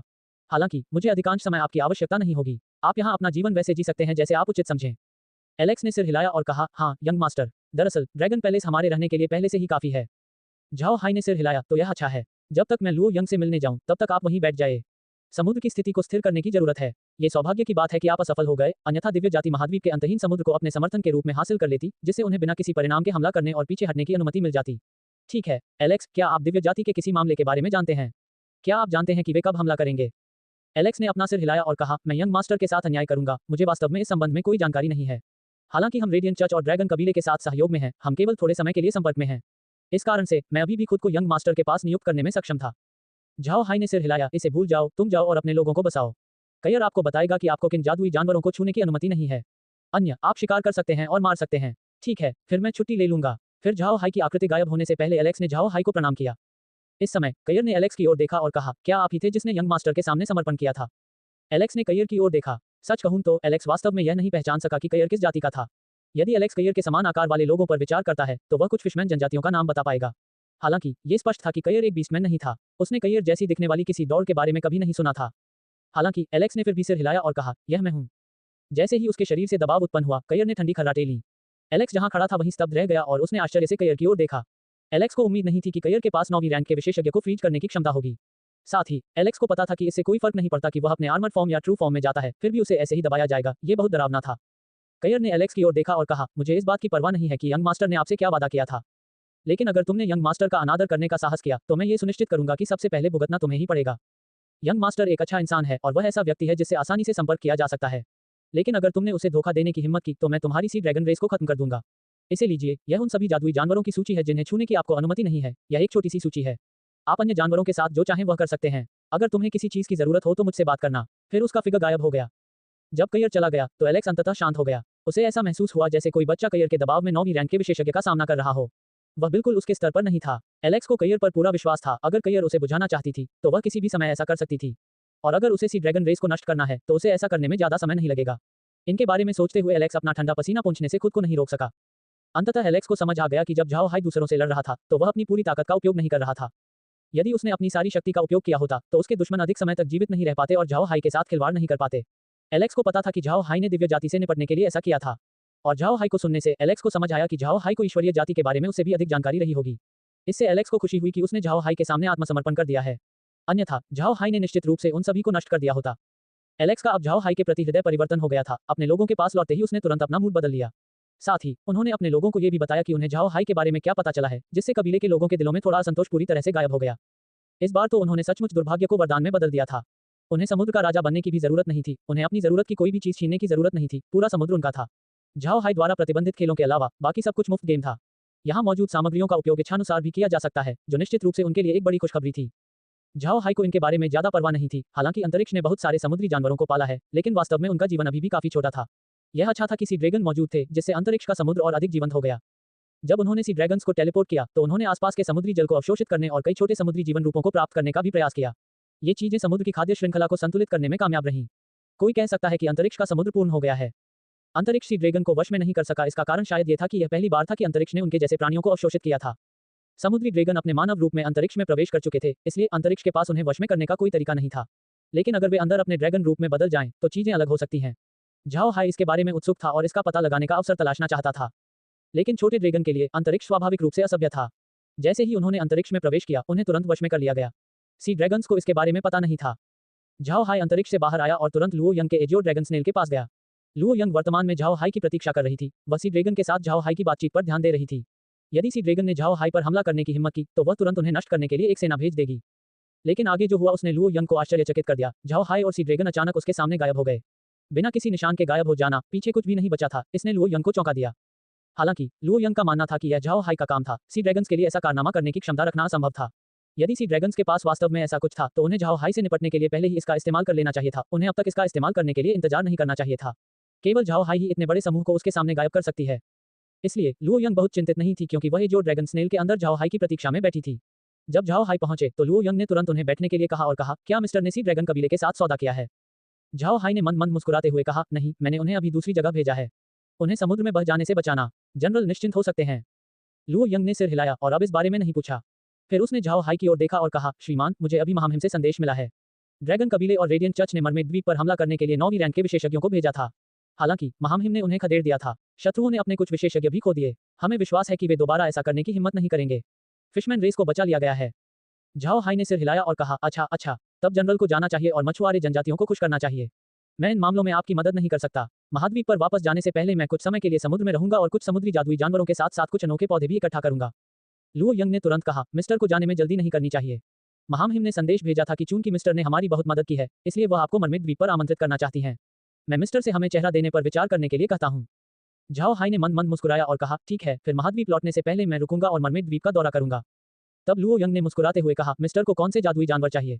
हमारी फिशमैन रेस इसमें श्रीमान की मदद करने में सक्षम हो सकती है। हम पीढ़ियों से पानी के भीतर रह रहे हैं। समुद्र में ऐसी बहुत सी चीजें नहीं हैं जिन्हें हम नहीं ढूंढ सकते। यदि श्रीमान हमें बता सकते हैं, तो हम निश्चित रूप से इसे हासिल करने की पूरी कोशिश करेंगे। झाओ हाई ने मुस्कुराते हुए कहा, मैं जनरल के शब्दों की सराहना करता हूँ। हालांकि मेरा लक्ष्य डेविल ऑक्टोपस है। वापस जाने से पहले मैं उनमें से कुछ ले लूंगा। मैं इसे स्वयं संभाल सकता हूँ। जब लुओ यंग ने झाओ हाई को सुना, तो वह घूरने के अलावा कुछ नहीं कर सकी। फिर उसका चेहरा बदल गया और उसने कहा, क्या मिस्टर वास्तव में उन ऑक्टोपस को प्राप्त करना चाहते हैं? ये बहुत खतरनाक है। वे जादुई जानवर बेहद ठंडे वातावरण में रह रहे हैं। जो लोग वहां जाते हैं वे तुरंत मौत के आगोश में समा जाते हैं। अगर श्रीमान वहां जाएं तो यह अच्छा विचार नहीं होगा। झाओ हाई ने मुस्कुराते हुए कहा, जनरल को इसके बारे में चिंता करने की जरूरत नहीं है। कपकपा देने वाली ठंड से निपटने के कई तरीके हैं। वे ऑक्टोपस वास्तव में मेरे लिए बहुत उपयोगी हैं। अगर जनरल को कुछ और करना है तो मैं तुम्हें रोकूंगा नहीं। तुम्हें मेरे बारे में ज्यादा चिंता करने की जरूरत नहीं है। मैं अपने आप ही सब संभाल सकता हूँ। झाओ हाई के शब्दों से लुओ यंग को पता था कि उसके पास उसे रोकने का कोई रास्ता नहीं है, इसलिए उसने और कुछ नहीं कहा। आखिरकार झाओ हाई ने पहले ही अपनी ताकत का खुलासा कर दिया है। उसके पास जो चाहे करने की योग्यता है। लुओ यंग के साथ कुछ और शब्दों का आदान प्रदान करने के बाद झाओ हाई ने एजियो ड्रैगन स्नेल को छोड़ दिया। वह अब उन शैतान ऑक्टोपी को पकड़ने के लिए तैयार था। ये प्राणी बड़े होकर 9वीं रैंक तक पहुंचते हैं, ड्रैगन से भी बदतर नहीं। इस तथ्य ने झाओ हाई को बहुत उत्सुक बना दिया। लुओ यंग को छोड़ने के बाद झाओ हाई तुरंत कुछ ऑक्टोपस पकड़ने नहीं गया। इसके बजाय वह अंतरिक्ष में लौट आया और देखा कि क्या सी ड्रैगन ठीक से बच गए हैं। हालांकि उन्होंने व्यक्तिगत रूप से जाकर सी ड्रैगन्स को नहीं देखा और केवल मॉनिटर के माध्यम से उन्हें देखा। ये देखकर कि वे काफी अच्छी तरह से बच गए थे, झाओ हाई को राहत महसूस हुई। आखिरकार वे समुद्र में थे, साथ ही उनके पास वह सारी जगह भी थी जो वे चाहते थे। फिर झाओ हाई ने मरमेड द्वीप की स्थिति देखने के लिए मॉनिटर पर छवि स्विच की। उसे उम्मीद नहीं थी कि ड्रैगन और रेडियंट चर्च द्वीप पर हमले में तत्परता दिखाएंगे। झाओ हाई उस स्थिति को देखना चाहते थे जिसे द्वीप में बदल दिया गया है। जब उसने मरमेड द्वीप देखा तो झाओ हाई उसे घूरने से नहीं रोक सका। ये हमले के कारण नष्ट नहीं हुआ था, ये बिल्कुल विपरीत था। उसे युद्ध का कोई निशान नहीं दिख रहा था। ऐसा लगता है जैसे कुछ हुआ ही नहीं। इस दृश्य ने झाओ हाई को दिखाया कि मछुआरे कितने मजबूत थे। लुओ यंग के शब्दों से झाओ हाई को पता था कि मरमेड द्वीप पर हमला करने वाले लोग ड्रैगन कबीले और रेडियंट चर्च के बीच गठबंधन के लोग थे। लेकिन द्वीप पर आक्रमण करने के सीमित रास्ते ही थे। पहले जहाजों का उपयोग करना था, लेकिन यह असंभव था। बुडा कबीले के अलावा कोई अन्य शक्ति मरमेड द्वीप की ओर जाने के लिए समुद्र को पार करने में सक्षम नहीं होगी। दूसरी विधि उड़ान भरने की थी, जिसे ड्रैगन कबीले द्वारा किया जा सकता है। हालांकि उनके लिए लोगों को अपनी पीठ पर बिठाकर ले जाने की सहनशीलता रखना असंभव होगा। इसलिए मरमेड द्वीप पर हमला केवल 9वीं रैंक के विशेषज्ञ ही कर सकते थे। 9वीं रैंक के विशेषज्ञों द्वारा हमला किया जाना लेकिन लड़ाई का कोई निशान न छोड़ना मरमेड कबीले की ताकत का एक प्रमाण था। 9वीं रैंक के विशेषज्ञों से निपटना आसान लोग नहीं है। ये देखकर कि द्वीप पर कुछ नहीं हुआ, झाओ हाई को राहत महसूस हुई। वह अब एक शैतान ऑक्टोपस को पकड़ने की तैयारी कर रहा था, फिर वह जाकर सोल सकिंग रीफ की स्थिति देखेगा। वह ये जानना चाहता था कि मछुआरे उस स्थान को क्यों नहीं छोड़ पा रहे हैं। जैसे ही उसने इन 2 स्थानों की खोज की, झाओ हाई वापस महाद्वीप में लौट आएगा। लेकिन जमीन पर वापस जाने से पहले उसे अभी भी जलपरी रानी से मिलने की जरूरत थी। और ऐसा करते समय वह ये देखने का प्रयास करेगा कि क्या वह जलशोधन की उनकी कला के बारे में सीख सकता है। झाओ हाई वास्तव में तकनीक सीखना चाहता था। इन सभी को अपने मन में याद करने के बाद झाओ हाई ने अपना यात्रा कार्यक्रम निर्धारित किया। सबसे पहले वह एक शैतान ऑक्टोपस को पकड़ेगा। यह एक आसान काम था, खाई कुछ ही दूरी पर थी। हालांकि ये जानवर 9वीं रैंक पर थे, लेकिन उनके लिए झाओ हाई के लिए खतरा पैदा करना असंभव था। वह इनमें से 2 जानवरों को पकड़ने और ये देखने की योजना बना रहा है कि क्या वे अंतरिक्ष को उन्नत कर सकते हैं। इस पर विचार करने के बाद झाओ हाई पूरे दिन आराम करने के लिए अंतरिक्ष में लौट आया। अगली सुबह उसने ब्लेड स्केल वेल को डेविल ऑक्टोपस के डोमेन की ओर आगे बढ़ाया। समुद्र में इस खाई का अपना एक खास नाम है, इसे डेविल स्ट्रेंज कहा जाता है। ऐसा इसलिए था क्योंकि यह वह स्थान था जहां शैतान ऑक्टोपी रहता था और साथ ही क्योंकि यह एक ऐसी जगह थी जो बहुत खतरनाक थी। इसलिए मछुआरों ने इसका नाम इस प्रकार रखने का निर्णय लिया। झाओ हाई को खाई के मुहाने तक पहुंचने में ज्यादा समय नहीं लगा। इस खाई का कोई विशेष रूप नहीं है, ये बिल्कुल एक बेहद गहरी घाटी की तरह दिखती है। हालांकि झाओ हाई खाई से निकलने वाली ठंडी आभा को महसूस कर सकता है। ये किसी व्यक्ति के लिए डर से कांपने के लिए काफी था। झाओ हाई 9वीं रैंक के विशेषज्ञ हैं और उनके स्तर के किसी व्यक्ति के लिए यह महसूस करना बताता है कि यह जगह कुछ खतरनाक थी। इसी समय अचानक कयिर की आवाज सुनाई दी, यंग मास्टर, मैं यहाँ दानव क्षेत्र की आभा महसूस कर सकता हूँ। विशेष रूप से उस खाई के अंदर दानव क्षेत्र की आभा जिसे मैं वहां महसूस कर सकता हूँ वह बहुत घनी है। झाओ हाई ने घूर कर देखा, फिर उसकी अभिव्यक्ति बदल गई और उसने कहा, वास्तव में क्या आप सचमुच इस खाई में दानव क्षेत्र को महसूस कर सकते हैं? कयिर दानव क्षेत्र से आई थी, वह एक पौधा था जो सामान्य रूप से वहां उगता है। इस वजह से वह उस जगह की आभा से बेहद परिचित थी। झाओ हाई ने उसकी बातों पर भरोसा किया, लेकिन वह इस पर विश्वास करने को तैयार नहीं था। यदि वास्तव में ऐसा था तो ये खाई दानव क्षेत्र से जुड़ी हो सकती है। इसका मतलब था कि ये जगह भविष्य में युद्ध का मैदान बन सकती है। कयिर ने जोर देकर कहा, यंग मास्टर, यहाँ वास्तव में दानव क्षेत्र की आभा है और आप जितनी गहराई में जाते हैं यह उतना ही मजबूत होता जाता है। झाओ हाई ने सिर हिलाया और कहा, ठीक है, ऐसा लगता है कि यहाँ आना एक अच्छा विचार था। चलो चलें और देखें। फिर उसने ब्लेड स्केल वेल को खाई के नीचे तक जाने का निर्देश दिया।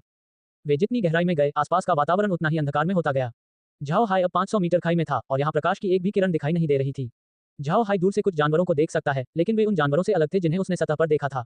वह जो देख सकता है उससे पता चलता है कि ये जानवर शीर्ष पर मौजूद जानवरों की तुलना में अधिक भयंकर और आक्रामक लग रहे थे। इस समय लौरा और अन्य लोग कयिर के साथ झाओ हाई के पक्ष में पहुंचे थे। चूंकि वह स्थान दानव क्षेत्र से संबंधित हो सकता है, झाओ हाई ने कयिर को बाहर आकर उस स्थान के बारे में उनसे बात करने को कहा। केवल कयिर को ही दानव क्षेत्र के बारे में ठोस समझ थी। इन जादुई जानवरों को देखकर कयिर ने झाओ हाई की ओर अपना सिर घुमाया और कहा, यंग मास्टर, ये जादुई जानवर पहले से ही राक्षसी हैं। कयिर ने अभी जो कहा उस पर झाओ हाई भ्रमित हो गया, राक्षसित? वह क्या है? कयिर ने उत्तर दिया, दानव क्षेत्र में एक बहुत ही असामान्य विष है। ये विष प्राणियों पर असर करना शुरू कर देगा और उनका रूप बदल देगा। उदाहरण के लिए इन जानवरों को देखें, ये संभव था कि वे केवल साधारण जादुई जानवर हों, लेकिन क्योंकि वे दानव क्षेत्र की आभा के अधीन थे, वे अपने वर्तमान स्वरूप में बदल गए थे। वे और अधिक दुर्जय हो गए थे, हालांकि विष के कारण वे और अधिक आक्रामक भी हो गए थे। झाओ हाई ने ब्लेड स्केल वेल से एक स्पाइक बढ़ाया और एक छोटी मछली पकड़ ली। ये छोटी मछली केवल झाओ हाई की हथेली के आकार की थी। हालांकि उसके शरीर का 1/3 हिस्सा उसका सिर था और इस सिर का 2/3 हिस्सा उसका विशाल मुंह था। ये छोटी मछली अभी भी संघर्ष कर रही थी और बार बार अपना मुंह खोलती थी, जिससे उसके कृपाण जैसे दांत दिखाई देते थे। इसमें एक नीली चमक भी झलक रही थी, जिससे पता चलता है कि इसकी हमलावर ताकत काफी मजबूत थी। झाओ हाई ने अपना हाथ लहराया और छोटी मछली को अंतरिक्ष में भेज दिया। वह देखना चाहते थे कि अंतरिक्ष ऐसी चीजों को कितना महत्व देता है। और जैसे ही मछली ने अंतरिक्ष में प्रवेश किया, एक संकेत सुनाई दिया, गंभीर रूप से प्रदूषित उत्परिवर्ती मछली का पता चला है। ऐसे जीवों में मजबूत जीवित रहने की क्षमता, मजबूत आक्रमण क्षमता, मजबूत रक्षात्मक क्षमता होती है। उसके विष को बाहर निकालना, जीव का स्वभाव बदलना, अंतरिक्ष में गुणों को जीवन रूपों में एकीकृत करना, अंतरिक्ष के कीटनाशक में विष मिला दिया गया है, अंतरिक्ष में सभी विषैले जीवन रूपों को बढ़ाना, अंतरिक्ष के अंदर जीवन रूपों की जीवित रहने की क्षमता बढ़ रही है। इस संकेत ने झाओ हाई को सूचित किया कि अंतरिक्ष ने इन प्राणियों को प्रदूषित के रूप में पहचाना है। सच कहूं तो ये काफी उपयुक्त वर्गीकरण था। झाओ हाई ने खाई के अंदर अन्य उत्परिवर्ती जादुई जानवरों को पकड़ लिया और उन्हें अंतरिक्ष में भेज दिया। उसने जो संकेत सुना वह समान था, इससे झाओ हाई की इन उत्परिवर्ती जादुई जानवरों में रुचि खत्म हो गई। इस समय झाओ हाई पहले ही 1000 मीटर गहरी खाई में घुस चुका था। उसके चारों ओर सब कुछ एकदम काला था। यदि उनके पास मॉनिटर नहीं होता तो वे बाहर का कुछ भी नहीं देख पाते। झाओ हाई ने मॉनिटर की ओर देखा और देखा कि उत्परिवर्ती जादुई जानवर कम होते जा रहे थे, लेकिन जो लोग वहां मौजूद थे उनकी ताकत लगातार मजबूत होती जा रही है। वे और भी अधिक डरावने दिखने लगे। इस समय लौरा ने अचानक आश्चर्यचकित स्वर जारी किया। फिर उसने ब्लेड स्केल वेल के बाहर एक जगह की ओर इशारा करते हुए कहा, भाई है, देखो वहां एक चमकीला स्थान प्रतीत होता है। झाओ हाई ने घूर कर देखा, फिर वह लौरा की तरफ देखने लगा। फिलहाल वहां एक लाइट थी जो बार बार चमकती थी। इस जेट काले वातावरण में यह एक छोटे से तारे की तरह लग रहा था। हालांकि झाओ हाई ने नोटिस किया कि यह तारा और अधिक चमकीला हो गया था, ऐसा लगता है जैसे यह उनके करीब आ रहा था। झाओ हाई ने तुरंत मॉनिटर की ओर देखा और देखा कि उसकी आंखों के सामने एक अजीब मछली दिखाई दे रही है। वह भयानक लग रहा था। वह लगभग 2 मीटर लंबा था, उसका शरीर कांटों से ढका हुआ था। इसकी एक जोड़ी छोटी लाल आंखें भी थी, इसका मुंह बड़ा था और अलग अलग लंबाई के नुकीले दांत थे। सबसे महत्वपूर्ण बात यह है कि इसके सिर के शीर्ष पर एक लंबी कील थी, लेकिन ऐसा लगता है कि यह कठोर नहीं थी बल्कि नर्म थी जिसका एक अंग लटक रहा था। झाओ हाई को अजीब लगा क्योंकि यह अंग ही था जो अपनी रोशनी चमका रहा था। ये बिल्कुल खराब लालटेन जैसा दिखता है। इस समय झाओ हाई ने एक और छोटी मछली को आते देखा। झाओ हाई इस छोटी मछली के बारे में उत्सुक था, उसे नहीं पता था कि वह उनकी ओर क्यों तैर रही थी। तभी अचानक छोटी मछली अजीब मछली के चमकते अंग की ओर चली गई।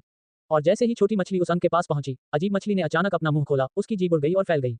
बहुत पहले छोटी मछली कहीं दिखाई नहीं दे रही थी। झाओ हाई और अन्य लोग इस अजीब मछली को घूरते रहे। दरअसल यह मछली शिकार करने के लिए इस तरीके का इस्तेमाल करती है, ये काफी अजीब है। झाओ हाई और अन्य लोग उत्सुकता से मछली को देखने लगे क्योंकि वह उनके करीब आ गई थी। झाओ हाई सावधान हुए बिना नहीं रह सका, वह देखना चाहता था कि यह मछली क्या करने का इरादा रखती है, क्या वह उन पर हमला करना चाहती है। हालांकि झाओ हाई को इसकी ज्यादा चिंता नहीं थी। हालांकि इस मछली में असाधारण ताकत थी, लेकिन किसी को यह नहीं भूलना चाहिए कि ब्लेड स्केल वेल 9वीं रैंक का मरा हुआ जानवर था। यह अजीब मछली वेल के शरीर पर सेंध नहीं लगा पाएगी। झाओ हाई के पास अजीब मछली आने में ज्यादा समय नहीं लगा, लेकिन जिस बात ने झाओ हाई को आश्चर्यचकित कर दिया वह यह तथ्य था कि मछली ने वेल पर हमला नहीं किया। इसके बजाय ये बस उसके बगल में रुका रहा। ऐसा लग रहा था जैसे वह झाओ हाई और अन्य लोगों के लिए अनुरक्षण के रूप में कार्य कर रहा था। झाओ हाई इस बात से असमंजस में था कि मछली ने अभी क्या किया, क्या हो रहा है। क्या यह आदमी अचानक विनम्र हो गया? लेकिन ऐसा नहीं लगता। कयर ने मुस्कुराते हुए कहा, युवा मास्टर, इन मछलियों को इस समय समुद्री जानवर नहीं माना जाना चाहिए। वे अब दानव क्षेत्र के जानवरों की तरह थे, और जब तक उनके भीतर दानव क्षेत्र का थोड़ा सा अंश है, वे हम पर हमला नहीं करेंगे। ऐसा इसलिए है क्योंकि मेरी आभा इन जानवरों को जीवित रहने की शक्ति प्रदान कर सकती है, इसलिए उन्हें मेरे प्रति बहुत सम्मानजनक व्यवहार करना चाहिए। झाओ हाई ने घूर कर देखा, उसने नहीं सोचा था कि यह ऐसा होगा। सच में मैंने नहीं सोचा था कि कयर इतना दुर्जय होगा। ये शानदार है। कयर ने गर्व से मुस्कुराते हुए कहा, युवा मास्टर निश्चिंत हो सकते हैं। जब तक हम दानव क्षेत्र आभा के साथ एक जगह पर हैं और मैं आपकी तरफ से हूं, कोई भी हमारे समूह पर हमला करने की हिम्मत नहीं करेगा। झाओ हाई ने हंसते हुए कहा, अच्छा, तो मैं आपके कवर पर भरोसा करूंगा। चलो चलें और देखें कि यहाँ क्या हो रहा है। फिर उसने ब्लेड स्केल वेल को खाई में और गहराई तक गोता लगाने का निर्देश दिया। हालांकि झाओ हाई को अभी भी कुछ मछलियां लाने में समय लगा। आखिरकार ये ऐसे प्राणी थे जो पहले नहीं देखे गए थे, उनमें से कुछ और प्राप्त करने में कोई हानि नहीं थी। जब झाओ हाई और अन्य लोग लगभग 2 किलोमीटर गहराई तक पहुंचे तो अजीब मछलियां चली गईं, जबकि मछलियों का एक और समूह आ गया। ये मछलियां पहले की तुलना में अधिक भयंकर और अधिक शक्तिशाली प्रतीत हो रही थीं। उनके पास मगरमच्छ के मछली संस्करण के रूप थे, लेकिन उन्होंने ब्लेड स्केल वेल पर हमला नहीं किया। इसके बजाय दूसरे बैच के आने से पहले वे उन्हें 1 किलोमीटर नीचे ले गए और उन्हें दूसरे किलोमीटर तक ले गए। झाओ हाई को अब पता चला कि कयर को इन जानवरों ने कैसे देखा था। ऐसा लगता है कि उसकी स्थिति किसी भी मानव सम्राट से कहीं बेहतर थी। जैसे ही इन जानवरों को उसकी आभा का एहसास होता, वे तुरंत आते और उसे बचा लेते, शायद अपनी सहज प्रवृत्ति के कारण। झाओ हाई और अन्य लोग अब लगभग 10,000 मीटर गहराई तक गोता लगा चुके हैं। हालांकि वे अभी भी शैतान ऑक्टोपस को देखने में सक्षम नहीं थे। झाओ हाई ने चारों ओर देखा और इन ऑक्टोपस को नहीं देखा, और साथ ही वे पहले से ही समुद्र के नीचे 10,000 मीटर नीचे थे। फिर भी खाई का तल अभी भी दृष्टि से बाहर था। ये खाई कितनी गहरी थी? झाओ हाई पूरी तरह से अनिश्चित थे, लेकिन झाओ हाई ने इसकी चिंता नहीं की क्योंकि वे नीचे की ओर गोता लगाते रहे। वे जिन जादुई जानवरों से मिले वे बड़े होते जा रहे थे, जबकि वे और अधिक बदसूरत दिख रहे थे। सबसे महत्वपूर्ण बात यह है कि ऐसा लगता है जैसे उनकी ताकतें भी बढ़ रही थीं। इस स्तर के जादुई जानवरों में पहले से ही ज्यादातर 8वीं रैंक के लोग शामिल थे, और वे काफी संख्या में भी थे। अगर ये जानवर समुद्र की ओर चले जाते तो मछुआरे की दौड़ बहुत शांतिपूर्ण नहीं होती। इससे झाओ हाई की प्रत्याशा भी जगी। इस समय वह इस बात को लेकर बेहद उत्सुक था कि यह खाई कितनी गहरी है। झाओ हाई ने ब्लेड स्केल वेल को सीधे उस बिंदु पर जाने का आदेश दिया था जहां वह लगभग लंबवत नीचे की ओर जा रही थी। उन्होंने और 5 किलोमीटर तक गोता लगाया था जब झाओ हाई के मॉनिटर में अचानक एक विशाल ऑक्टोपस दिखाई दिया। ऑक्टोपस धीरे धीरे तैर रहा था। ये बिल्कुल किसी ऑक्टोपस जैसा ही दिखता है, हालांकि ये बहुत बड़ा था। यदि इसके टेंटिकल्स को शामिल कर लिया जाए तो यह ऑक्टोपस 100 मीटर लंबा होगा। झाओ हाई को उसकी उपस्थिति ने आश्चर्यचकित कर दिया। इस ऑक्टोपस का पूरा सिर काला था, लेकिन इसके शरीर के पीछे एक शैतान की सफेद छवि थी। यह एक बड़ी छवि थी जो ऑक्टोपस के सिर के पिछले हिस्से को लगभग पूरी तरह घेरे हुए थी। इसके तंबू भी सफेद थे। अगर कोई इसे देखता तो शैतान की दाढ़ी जैसा दिखता था। ये सब मिलकर ऑक्टोपस को बहुत डरावना बना देता है। हालांकि इसमें अन्य मछलियों की तरह कोई कीलें नहीं थी, फिर भी इसे देखने वालों में डर पैदा हो गया। हालांकि जब झाओ हाई ने इस जानवर को देखा तो उसकी आंखें चमक उठी। ऐसा इसलिए था क्योंकि यही वह जानवर था जिसकी वह तलाश कर रहा था, जादुई जानवर शैतान ऑक्टोपस। झाओ हाई के आगे बढ़ने की प्रतीक्षा किए बिना शैतान ऑक्टोपस उनकी ओर तैरना शुरू कर दिया। फिर यह ब्लेड स्केल वेल की ओर पहुंचा और अन्य जादुई जानवरों की तरह एक अनुरक्षक के रूप में कार्य किया। इससे झाओ हाई घूरने लगा, लेकिन वह जल्द ही शांत हो गया। इस गहरी खाई में दानव क्षेत्र की आभा बहुत मजबूत हो गई थी, इसलिए स्वाभाविक रूप से इस ऑक्टोपस को भी राक्षसी बना दिया जाना चाहिए था। लेकिन झाओ हाई नहीं रुके। इस जानवर को खोजने के अलावा वह इस खाई में दानव क्षेत्र आभा का कारण भी देखना चाहते थे। 1 किलोमीटर और नीचे जाने के बाद झाओ हाई के पीछे आने वाले डेविल ऑक्टोपस की संख्या अब लगभग 100 हो गई थी। जिस बात ने झाओ हाई को चौंका दिया वह ये थी कि ये सभी 100 डेविल ऑक्टोपस 9वीं रैंक के थे। विशेषज्ञों की यह संख्या अगर महाद्वीप के सामने प्रकट हुई तो हंगामा मच जाएगा। झाओ हाई को छोड़कर कोई भी विशेषज्ञों की इस संख्या की बराबरी नहीं कर पाएगा। झाओ हाई का चेहरा मदद नहीं कर सका, लेकिन बदसूरत हो गया। यदि ये ऑक्टोपस उत्परिवर्ती जानवरों को अपने साथ लेते हुए खाई से बच जाते तो अंतहीन समुद्र में उथल-पुथल मच जाती। इस समय झाओ हाई ने अचानक दूर से काली गैस के एक समूह को देखा। झाओ हाई इस काले झुरमुट को देखकर चकित रह गया। ये बहुत बड़ा नहीं था, केवल लगभग 100 मीटर चौड़ा था। हालांकि झाओ हाई वास्तव में इस गैस के पार नहीं देख सकता है। झाओ हाई ने तुरंत ब्लेड स्केल वेल को काली गैस की ओर तैरने को कहा। उसी समय उसने कयर की ओर अपना सिर घुमाया और कहा, कयर, तुम्हें क्या लगता है कि यह चीज क्या है? मुझे ऐसा क्यों लगता है कि यह दानव क्षेत्र की आभा का स्रोत है? कयर ने सिर हिलाया और कहा, यंग मास्टर, यह वास्तव में दानव क्षेत्र आभा का स्रोत है। यह एक प्रकार का उच्च स्तरीय दानव कोर होना चाहिए। झाओ हाई ने पूछा, कोर, वह क्या है? कयर ने उत्तर दिया, दानव क्षेत्र के जानवरों के पास कोर हैं। ये दानव क्षेत्र के सभी निवासों के लिए शक्ति का स्रोत है। उच्च स्तरीय जानवरों के कोर अत्यंत दुर्जेय होते हैं। जहां तक मैं देख सकता हूं, यह एक ईश्वर रैंक वाले जादुई जानवर का मूल होना चाहिए। दानव क्षेत्र में भी ये चीज एक खजाना है। ये ईश्वर रैंक वाले जानवर ईश्वर रैंक वाले विशेषज्ञों से कमजोर नहीं है, वे और भी मजबूत हो सकते हैं। साथ ही उनके पास ईश्वर रैंक वाले विशेषज्ञों की तुलना में बहुत लंबा जीवन भी है। और जब वे मर जाते हैं तो ये जानवर ऐसी जगह की तलाश करते हैं जहां कोई उन्हें ढूंढ न सके, जिससे उनके अवशेषों को ढूंढना बेहद मुश्किल हो जाता है। ये God ranking core God ranking विशेषज्ञों के लिए बेहद उपयोगी है। वे इस कोर का उपयोग हथियार बनाने के लिए कर सकते हैं और इसे अवशोषित करके इसकी शक्ति को अपना बना सकते हैं। हालांकि अवशोषण की प्रक्रिया में कुछ ऊर्जा नष्ट हो जाएगी, फिर भी यह ईश्वर रैंक वाले विशेषज्ञों के लिए एक बड़ी मदद थी। आखिरकार ईश्वर पद तक पहुंचकर अपनी शक्ति बढ़ाना बहुत कठिन है। झाओ हाई ने सिर हिलाया, लेकिन वह फिर भी चौंके बिना नहीं रह सका। उसने नहीं सोचा था कि एक दानव क्षेत्र के देव रैंक जानवर का कोर इस स्थान पर आएगा। उसी समय ये कोर वास्तव में पूरे परिदृश्य को अपने आप में बदलने में कामयाब रहा, जिससे इन दुर्जय 9वीं रैंक के शैतान ऑक्टोपस का निर्माण हुआ। ब्लेड स्केल वेल पहले ही काली धुंध के झुरमुट में घुस चुकी थी। तभी झाओ हाई ने मुट्ठी के आकार का एक काला मनका देखा। यह मनका खाई के तल से लगभग 1 मीटर ऊपर शांतिपूर्वक तैर रहा था। झाओ हाई ने मनके की सावधानीपूर्वक जांच करते हुए वेल को सीधे मनके के पास जाने के लिए मजबूर किया। हालांकि काले होने के अलावा कोई अन्य पहलू देखने को नहीं मिला। कयर ने फिर कहा, यंग मास्टर, इस चीज को अंतरिक्ष में समाहित कर लो। मुझे लगता है कि इसे अपग्रेड करने में ये बेहद उपयोगी होगा। झाओ हाई ने घूर कर देखा, फिर सिर हिलाया और मनके को अंतरिक्ष में समाहित कर लिया। और जैसे ही मनका प्रवेश किया, एक संकेत सुनाई दिया, अत्यंत मजबूत ऊर्जा अंतरिक्ष में प्रवेश कर गई है। ऊर्जा को अवशोषित करना, अंतरिक्ष के पर्यावरण का उन्नयन, मेजबान के निकाय में उन्नयन शामिल करना, अंतरिक्ष के अंदर जीवन रूपों में सुधार करते हुए जीवन रूपों को मजबूत किया गया है। अंतरिक्ष में रोबोटिक वस्तुओं को उन्नत किया गया है। स्थानिक जल और स्थानिक मिट्टी को उन्नत किया गया है। अंतरिक्ष के विष में भी सुधार किया गया है। अंतरिक्ष को 60 के स्तर पर अपग्रेड किया गया। मेजबान के निरंतर प्रयास की आशा है। झाओ हाई खुशी से पागल हो गया था। उसे उम्मीद नहीं थी कि मनका अंतरिक्ष को उन्नत करेगा।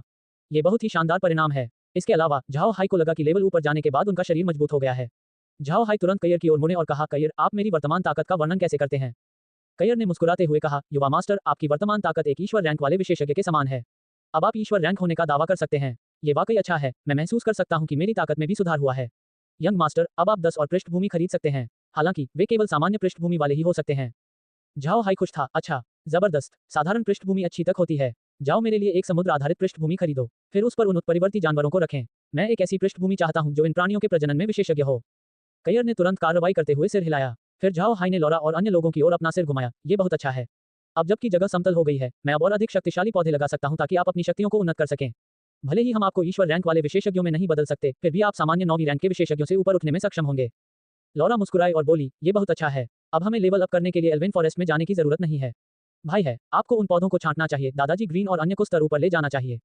झाओ हाई ने सिर हिलाया, फिर सतह पर वापस जाने से पहले उसने शैतान ऑक्टोपस को अवशोषित कर लिया।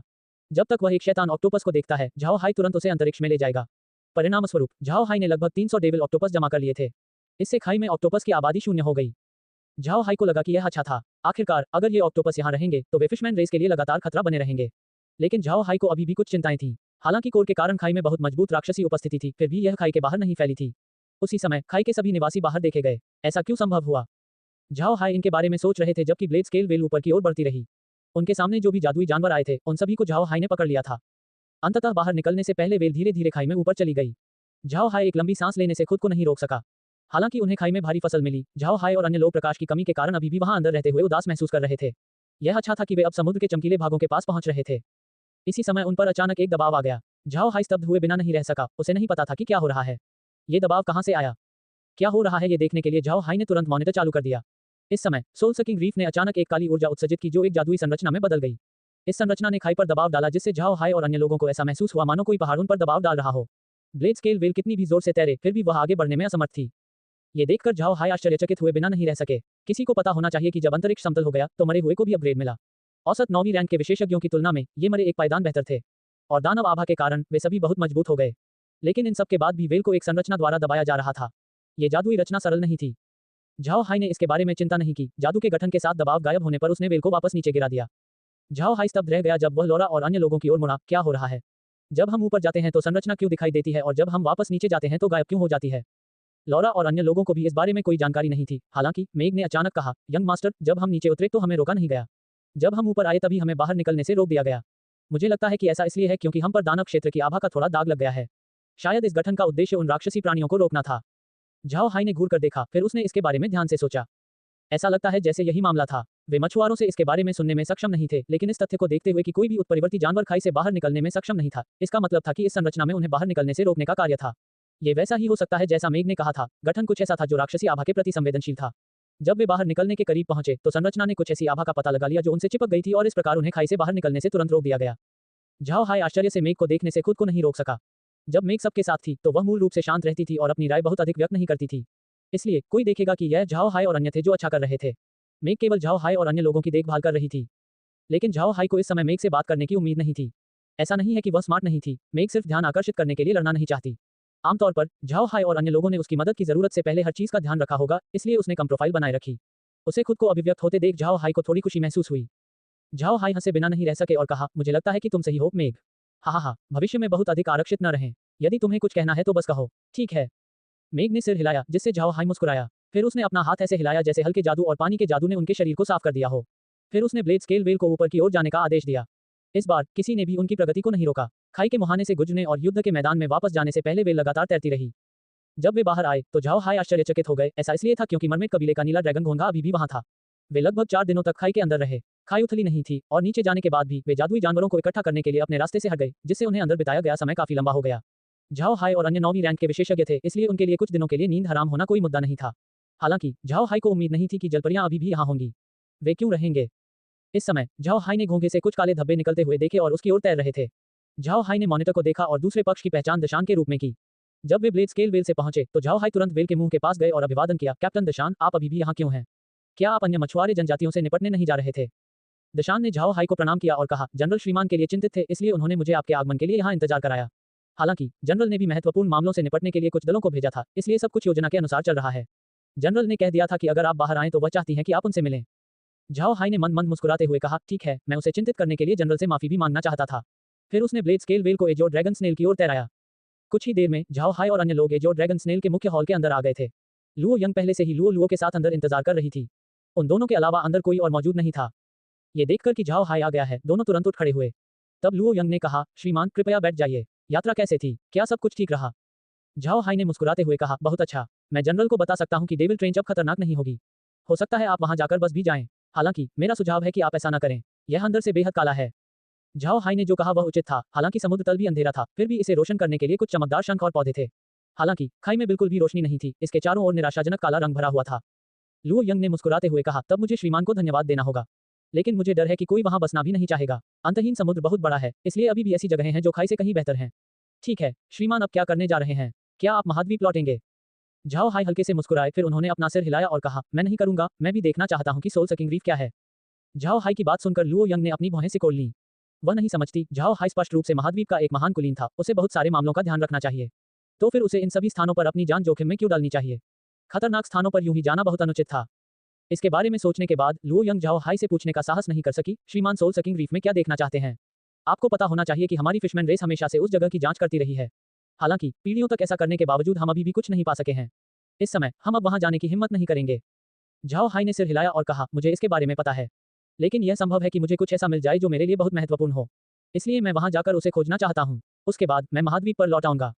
झाओ हाय झूठ नहीं बोल रहा था, वह वास्तव में ये देखना चाहता था कि चट्टान की जादुई संरचना इतनी मजबूत कैसे हो सकती है। ये वास्तव में कई वर्षों तक उत्परिवर्ती जादुई जानवरों पर दबाव डाल सकता है। इससे झाओ हाय को इसके बारे में बहुत उत्सुकता हुई। यदि वास्तव में ऐसा कोई गठन होता तो झाओ हाय स्वाभाविक रूप से इस पर एक नजर डालना चाहेंगे। यदि वह इस गठन का अध्ययन करता है तो ये भविष्य में दानव क्षेत्र से लड़ने के लिए एक हथियार प्राप्त करने के समान होगा। झाओ हाय को सुनने पर लुओ यंग को पता था कि वह उसे मना नहीं सकती, इसलिए उसने बस इतना कहा, तब मैं मिस्टर की वापसी का इंतजार करूंगी। यदि श्रीमान को कोई खतरा आए तो पीछे हटने में संकोच न करें।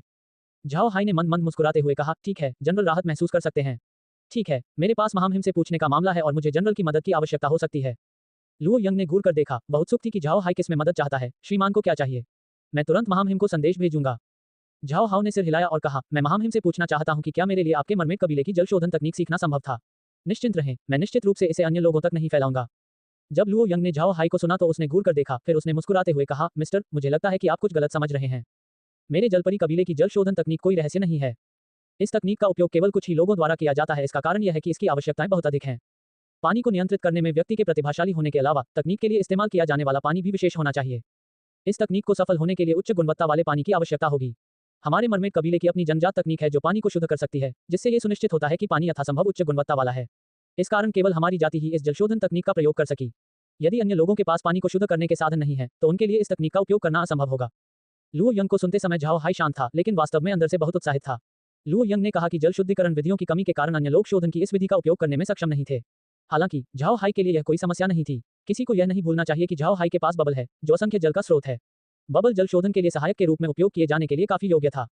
लुओ यंग की बात समाप्त होने के बाद झाओ हाई ने एक फीकी मुस्कान दिखाई और कहा, मैं जनरल से अनुरोध करता हूं कि वह अभी भी महामहिम को मेरा अनुरोध बताएं। मैं इस जल शोधन तकनीक को संदर्भ के रूप में उपयोग करना चाहता हूं। जनरल को पता होना चाहिए कि मैं दैवीय जाति के साथ इस युद्ध को कितना महत्व देता हूं, लेकिन जब युद्ध शुरू होगा तो हमारे पास बहुत सारे हथियारों की आवश्यकता होगी। मानव और बौने कारीगरों पर भरोसा करने से काम नहीं चलेगा। इसलिए मैं इस जल शोधन तकनीक को समीकरण में जोड़ना चाहता हूं और देखना चाहता हूं कि क्या यह मांग में मदद कर सकती है।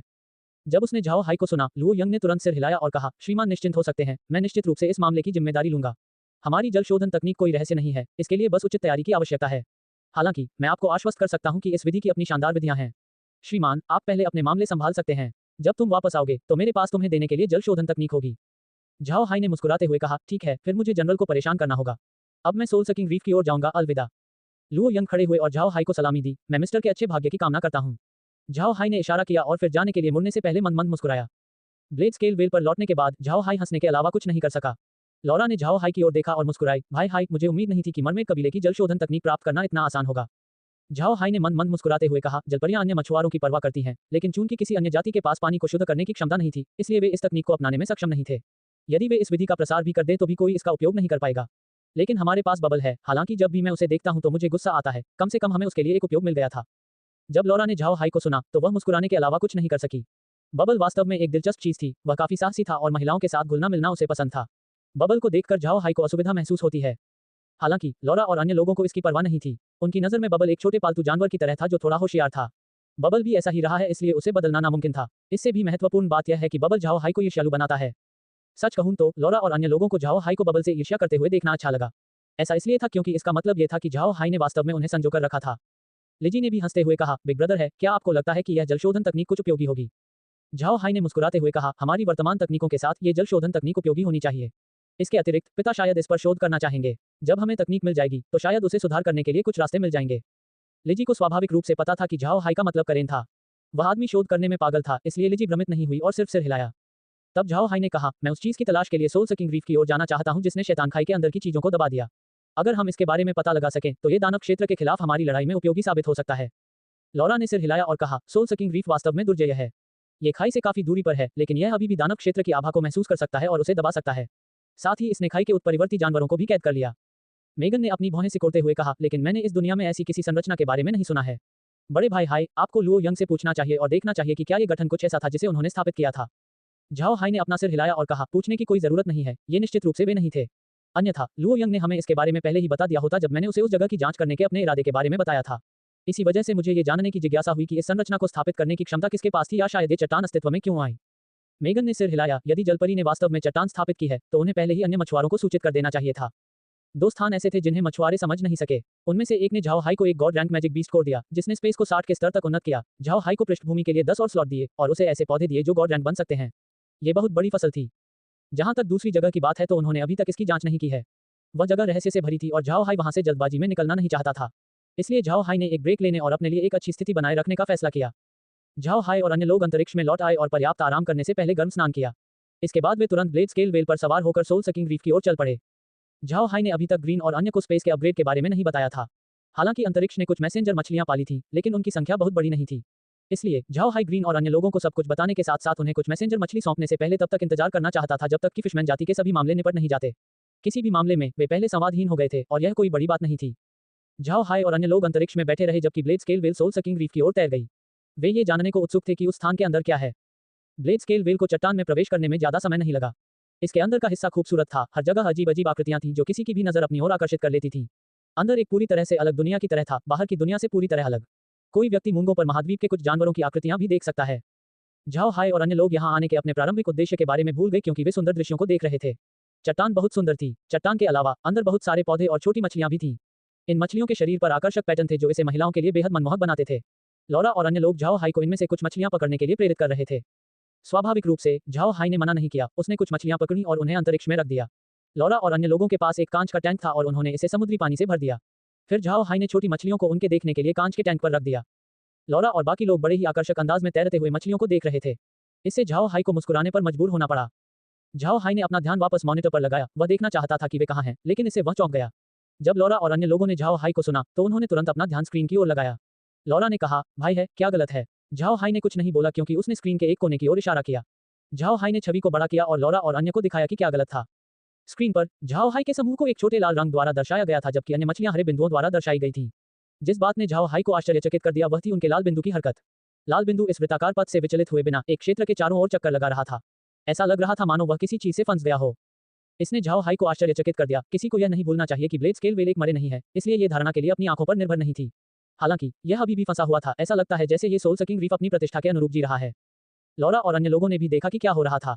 वे आश्चर्य से देखते रह गए। उन्हें उम्मीद नहीं थी कि उन्हें ऐसा अनुभव होगा। झाओ हाई तुरंत अंतरिक्ष से बाहर आया और ब्लेड स्केल वेल के पास गया।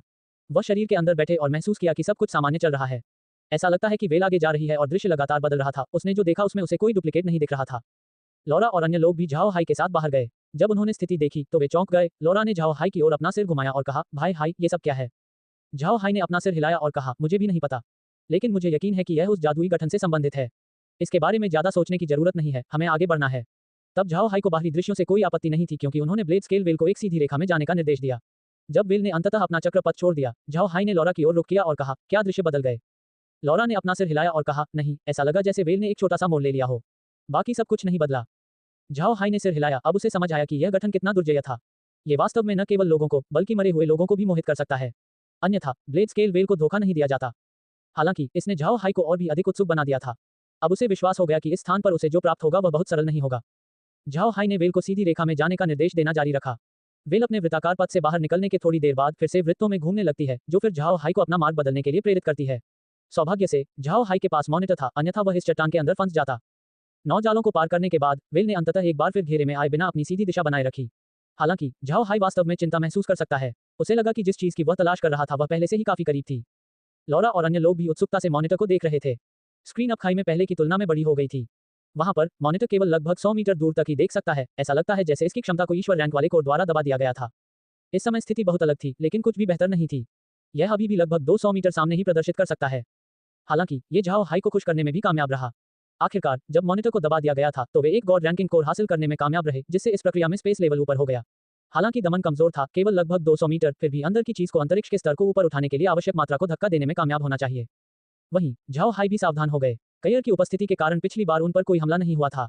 हालांकि इस बार हालात बिल्कुल उलट हैं। वह स्थान जहां वे अब हैं, दानव क्षेत्र की आभा को दबा देता है। यदि उन पर कोई हमला होता तो ये काफी खतरनाक होना संभव था। इसलिए झाओ हाई ने लॉरा और अन्य लोगों को अंतरिक्ष में प्रवेश कराया, जबकि वह वेल के अंदर रहा और उससे आगे बढ़ने का आग्रह किया। कई मिनटों तक आगे बढ़ने के बाद झाओ हाई को अचानक अपने ऊपर एक बहुत ही भयानक आभा का प्रभाव महसूस हुआ। उसने तुरंत ब्लेड स्केल वेल को रुकवाया और देखने के लिए कुछ मरी हुई मछलियां रखीं। बाहर से कोई भी मरे हुए को नहीं देख सकता है, इसलिए वे यहां अपनी सभी क्षमताओं का प्रदर्शन कर सकते हैं। इसी समय एक लंबा आंकड़ा आ गया। झाओ हाई ने इस आकृति को देखा और जान लिया कि यह 9वीं रैंक का जादुई जानवर था। जब उस लंबी आकृति ने झाओ हाई को देखा तो उसकी पूंछ तुरंत चमक उठी, क्योंकि नीली रोशनी ब्लेड स्केल वेल की ओर चली गई। झाओ हाई के पास बचने का मौका नहीं था। नीली रोशनी बहुत तेजी से आई।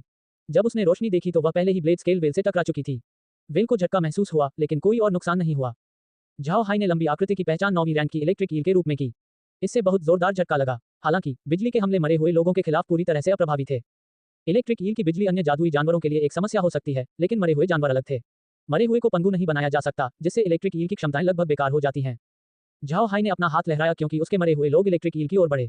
ईल को उम्मीद नहीं थी कि उसका हमला बेकार होगा। किसी को यह जानना चाहिए कि 9वीं श्रेणी के जानवरों की बुद्धि सामान्य मनुष्यों से भिन्न नहीं थी। इसलिए जब उसने मरे हुए को देखा तो वह तुरंत चकमा दे गया और उसने और भी अधिक हमले किए, लेकिन कोई प्रभाव नहीं पड़ा। झाओ हाई ने शांति से अपने मरे हुए को देखा। वह जानता था कि इलेक्ट्रिक ईल के हमले काम नहीं करेंगे। ये जानवरों के खिलाफ मजबूत हो सकता है, लेकिन मरे हुए लोगों के लिए ये वास्तव में उन्हें प्रभावित नहीं करता है। निश्चित रूप से इलेक्ट्रिक ईल ने खुद को दुविधा में पाया। जब उसने हमला करना बंद किया तब तक बहुत देर हो चुकी थी। अब वह मरे हुओं से घिरा हुआ था। स्वाभाविक रूप से मरे हुए लोग विनम्र नहीं थे। मरे हुए स्वॉर्डफिश में से एक ने ईल पर हमला करके उसे मार डाला। इसके बाद झाओ हाई ने एक काली गैस छोड़ी जिसने इलेक्ट्रिक ईल को ढक लिया। जब गैस गायब हो गई तो मछली एक मरे हुए प्राणी में बदल गई। 9वीं रैंक के जानवर बोल सकते हैं, इसलिए झाओ हाई ने उसे बुलाया और पूछा, यहाँ से आगे क्या है? चूंकि इलेक्ट्रिक ईल उत्तर दे सकती है, उसने तुरंत कहा, यंग मास्टर, आगे एक अजीब फूल है।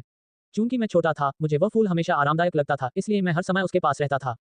झाओ हाई ने मछली की ओर देखा और पूछा, फूल? इलेक्ट्रिक ईल ने सिर हिलाया और कहा, हाँ यंग मास्टर, यह एक बहुत बड़ा फूल है। इसके अलावा ये बहुत आकर्षक भी है।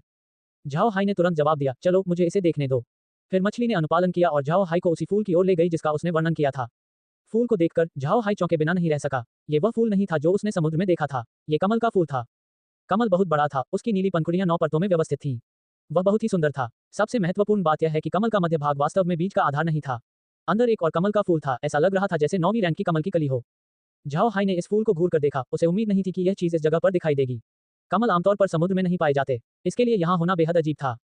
हालांकि झाओ हाई तुरंत खुश हो गया, ये पहली बार था कि उसे इस दुनिया में कमल मिला था। उन्होंने महाद्वीप पर पृथ्वी के समान अन्य पौधे देखे थे, हालांकि वे सभी झाओ हाई की कल्पना से भिन्न थे। ये कमल पहला कमल था जिसे झाओ हाई वास्तव में असली कमल के रूप में वर्णित कर सकते हैं। फिर झाओ हाई ने इलेक्ट्रिक ईल की ओर रुख किया और कहा, क्या इस जैसे कोई अन्य फूल हैं? मछली ने उत्तर दिया, और कुछ नहीं यंग मास्टर, केवल यही।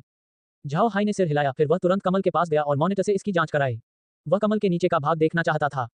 निश्चित रूप से झाओ हाई फूल के नीचे कमल की जड़ देख सकते हैं। हालांकि जड़ केवल एक हाथ जितनी मोटी थी, फिर भी वह क्रिस्टल की तरह पारदर्शी होने के साथ साथ बहुत कोमल भी दिखती थी। झाओ हाई ने तुरंत कमल नहीं लिया, वह अभी भी देखना चाहता था कि जड़ें कितनी लंबी हैं। इसलिए वह तब तक जड़ का अनुसरण करता रहा जब तक कि उसे उसका अंत नजर नहीं आ गया। झाओ हाई ने बहुत देर तक खोजा, लेकिन अभी भी कमल की जड़ का अंत नहीं मिला। ऐसा लग रहा था जैसे जड़ का कोई अंत नहीं है, वह बहुत लंबी थी। झाओ हाई ने भौहें चढ़ा दी, लेकिन वह फिर भी नहीं रुका। उसे लगा कि यह कमल और भी असाधारण होता जा रहा है। यदि अन्य कमलों की जड़ें इतनी लंबी होती तो उनमें पहले से ही नई कलियां उगाती, लेकिन इस कमल में केवल एक ही थी। इसके बारे में सोचने के बाद झाओ हाई ने अपनी चिंता दूर कर दी। फिर वह कमल की जड़ का सिरा ढूंढता रहा। लंबे समय तक खोजने के बाद झाओ हाई को एक समस्या मिली। कमल की जड़ का विस्तार होना शुरू हो गया और ऐसा लगता है जैसे ये पूरे सोल सकिंग रीफ के नीचे चला गया। इस खोज ने झाओ हाई को उत्साहित कर दिया। यदि यह वास्तव में वैसा ही है जैसा उसने सोचा था, तो सोल सकिंग रीफ का जादुई निर्माण कमल की जड़ के कारण हुआ होगा। अगर सच में ऐसा है तो शायद उसे कोई और खजाना मिल गया होगा। एक दिन बीत गया, लेकिन झाओ हाई अभी भी कमल की जड़ का सिरा नहीं ढूंढ पाया। हालांकि उन्होंने हार नहीं मानी, उन्होंने आराम किया और कयिर को उनकी जगह ले लिया। इस बिंदु पर वह पुष्टि कर सकता है कि यह कमल की जड़ वास्तव में सोल सकिंग रीफ की संपूर्णता को कवर करती है। अगले दिन झाओ हाई को अंततः जड़ का सिरा मिल गया। जब उसे अंत मिला तो झाओ हाई स्तब्ध रह गए। जड़ के सिरे गोलाकार निकले, तब वृत्त के मध्य में एक घुमावदार विभाजन रेखा थी। फिर जड़ की परिधि के साथ ये वास्तव में ताइजी यिन यांग शकल में बदल गया था। और जब उन्होंने जड़ों की छवि का पता लगाया और जूम आउट किया, तो झाओ हाई देख सकते हैं कि चट्टान और कमल की जड़ ने वास्तव में एक प्राकृतिक ताइजी आर्ट ट्रिगर चार्ट का निर्माण किया, जिसके बीच में कमल का फूल रखा गया था। झाओ हाओ ने अंदर तक चौंकते हुए स्क्रीन पर चित्र को देखा। उसने नहीं सोचा था कि इस दुनिया में उसका सामना इस डायग्राम से होगा। ये छवि बहुत परिचित थी, ये चीनी संस्कृति में एक अद्वितीय डिजाइन थी। वह सृष्टि के रहस्य और स्वाभाविक रूप से इस तरह का चित्र बनाने की क्षमता को चकित हुए बिना नहीं रह सका। इसमें कोई आश्चर्य नहीं कि दानव क्षेत्र की आभा दब गई। ताइजी आर्ट ट्रिगर्स चार्ट एक दाववादी आरेख था जो विभिन्न राक्षसी प्राणियों को नियंत्रित कर सकता था। इस बड़े आरेख को खाई के ठीक बगल में रखने का मतलब था कि शैतान खाई को इस समय दबा दिया गया है। झाओ हाई को पता था कि यह चार्ट क्या था, हालांकि लौरा और अन्य लोगों के लिए यह अलग था। लौरा और अन्य लोगों ने उत्सुकता से मॉनिटर की ओर देखा और पूछा, भाई हाई तुम्हें क्या मिला? झाओ हाई ठीक हो गए, फिर जोर से हंसे और कहा, हमें कुछ अच्छा मिला था। दरअसल हमें एक खजाना मिल गया था। बहुत बढ़िया, ये सचमुच शानदार है। हा हा हा। लौरा और अन्य लोग झाओ हाई को घूरते रहे, उन्हें समझ नहीं आ रहा था कि झाओ हाई किस बात से इतना खुश है। कुछ समय बाद झाओ हाई ठीक हो गए। उन्होंने लौरा और अन्य लोगों को चार्ट नहीं समझाया क्योंकि यह काफी जटिल था। उसी समय झाओ हाई इसका केवल आधा हिस्सा ही समझ सकता है, इसलिए उसके पास वास्तव में समझाने की योग्यता नहीं है। झाओ हाई ने दूसरों की ओर देखा और फिर मंद मंद मुस्कुराया, बस इतना जान लो कि हमने कुछ अच्छा हासिल किया है। मैं अभी यह आपको नहीं बता सकता। किसी भी स्थिति में हमें संपूर्ण सोल सकिंग रीफ को अंतरिक्ष में समाहित कर लेना चाहिए। लौरा और अन्य लोग एकटक देखते रहे, फिर उन्होंने अपनी निगाहें चट्टान की ओर घुमाई। सोल सकिंग रीफ बहुत विशाल है, यहाँ तक कि उन्हें इसमें यात्रा करने के लिए 2 दिन की भी आवश्यकता थी। क्या वे वास्तव में संपूर्ण चीज को अंतरिक्ष में समाहित कर सकते हैं? झाओ हाई को भी इस मुद्दे के बारे में पता था, इसलिए वह मदद नहीं कर सका, लेकिन अपनी भौहें सिकोड़ ली। फिर वह कयिर की ओर मुड़ा और बोला, कयिर, क्या हम पूरी चट्टान को अंतरिक्ष में समाहित कर सकते हैं? कयिर ने चट्टान को देखा और सिर हिलाया। हालांकि मैं कह सकता हूं कि इस क्षेत्र में कुछ विशेष हो रहा होगा, इसलिए इसे पूरा करने के लिए मुझे बबल्स की मदद की जरूरत है। जब झाओ हाई ने कयिर को सुना तो वह आश्चर्यचकित हुए बिना नहीं रह सका। उसने उसकी ओर देखा और कहा, क्या उस छोटे आदमी में आपकी मदद करने की ताकत है? कयिर बस मुस्कुराया और कहा, युवा मास्टर, उस व्यक्ति को कम मत समझो। वह असंख्य जल का स्रोत है। वह पानी के भीतर बहुत मजबूत है। उसकी मदद से मैं निश्चित रूप से पूरी चट्टान को अंतरिक्ष में समाहित करने में सक्षम हो जाऊंगा। झाओ हाई ने सिर हिलाया, फिर उसने कई बार चुटकी बजाते हुए बबल को पकड़ने के लिए अपना हाथ घुमाया। स्वाभाविक रूप से इसका बबल पर कोई प्रभाव नहीं पड़ता, यह उसे चोट पहुंचाने में सक्षम नहीं था। आखिरकार बबल को वास्तव में इसकी परवाह नहीं थी कि वह किस फॉर्म में है। जब बबल को झाओ हाई द्वारा पकड़ा जा रहा था तो उसने लौरा की बाहों की ओर भागने की कोशिश की। हालांकि झाओ हाई ने उसे रोक दिया, यदि तुम भागोगे तो मैं तुम्हें भून डालूंगा। तुम्हें एक उबलता हुआ बुलबुला बना रहा हूं। जाओ और कयिर को चट्टान को अंतरिक्ष में समाहित करने में मदद करो। वह चीज मेरे काम आती है। बबल झाओ हाई को अपमानित करने की हिम्मत नहीं करता। हालांकि वह झाओ हाई के प्रति जिद्दी व्यवहार करते हुए हमेशा लौरा और अन्य लोगों के साथ अंतरिक्ष में रहता था, फिर भी वह अपने इस युवा मास्टर को नाराज करने से बहुत डरता था। वह पहले से ही अंतरिक्ष का हिस्सा था और अगर झाओ हाई उससे निपटना चाहता था तो उसे केवल इसके बारे में सोचने की जरूरत थी और बबल गायब हो जाएगा। और झाओ हाई अभी भी एक नया बबल बनाते समय अपनी शक्तियों को बरकरार रख सकता है, जो मूल की तुलना में बहुत अलग है। इसलिए बबल इस आदेश की उपेक्षा करने की हिम्मत नहीं करता है, इसलिए उसने तुरंत झाओ हाई की चापलूसी की। यंग मास्टर राहत महसूस कर सकते हैं। जब तक यंग मास्टर को मेरी जरूरत है, मैं आपके लिए आग और पानी से गुजरूंगा। झाओ हाई ने अपना सिर थपथपाया, उसे थोड़ा सिरदर्द महसूस हुआ। वह पहले से ही जानता है कि बबल किस तरह का व्यक्ति था, तो उसे उसकी चापलूसी करने की आवश्यकता क्यों महसूस हुई। अंत में झाओ हाई ने इसे नजरअंदाज करने का फैसला किया। वह कयिर की ओर मुड़ा और कहा, कयिर, आप शुरू कर सकते हैं। कयिर ने सिर हिलाया, फिर वह बबल की ओर मुड़ी और बोली, बबल, पानी को यहीं कैद कर दो, इससे पहले कि मैं इसे अंतरिक्ष में सोख लूं, इसे इकट्ठा कर लो। बबल ने सिर हिलाया और कहा, तो बात सिर्फ इतनी ही है। ये बहुत सरल है। फिर ब्लेड स्केल वेल से बाहर निकलते ही उसकी आकृति गायब हो गई, जबकि झाओ हाई और अन्य लोग उसे देख रहे थे। बुलबुला वहां तैरता हुआ दिखाई दिया, उसका शरीर घूम गया और उसने जोर से कहा, असंख्य जल के प्रति समर्पण करो, सघन हो जाओ। इस आवाज को सुनने के बाद झाओ हाई और अन्य लोग देख सकते हैं कि सोल सकिंग रीफ में बदलाव का अनुभव हुआ है।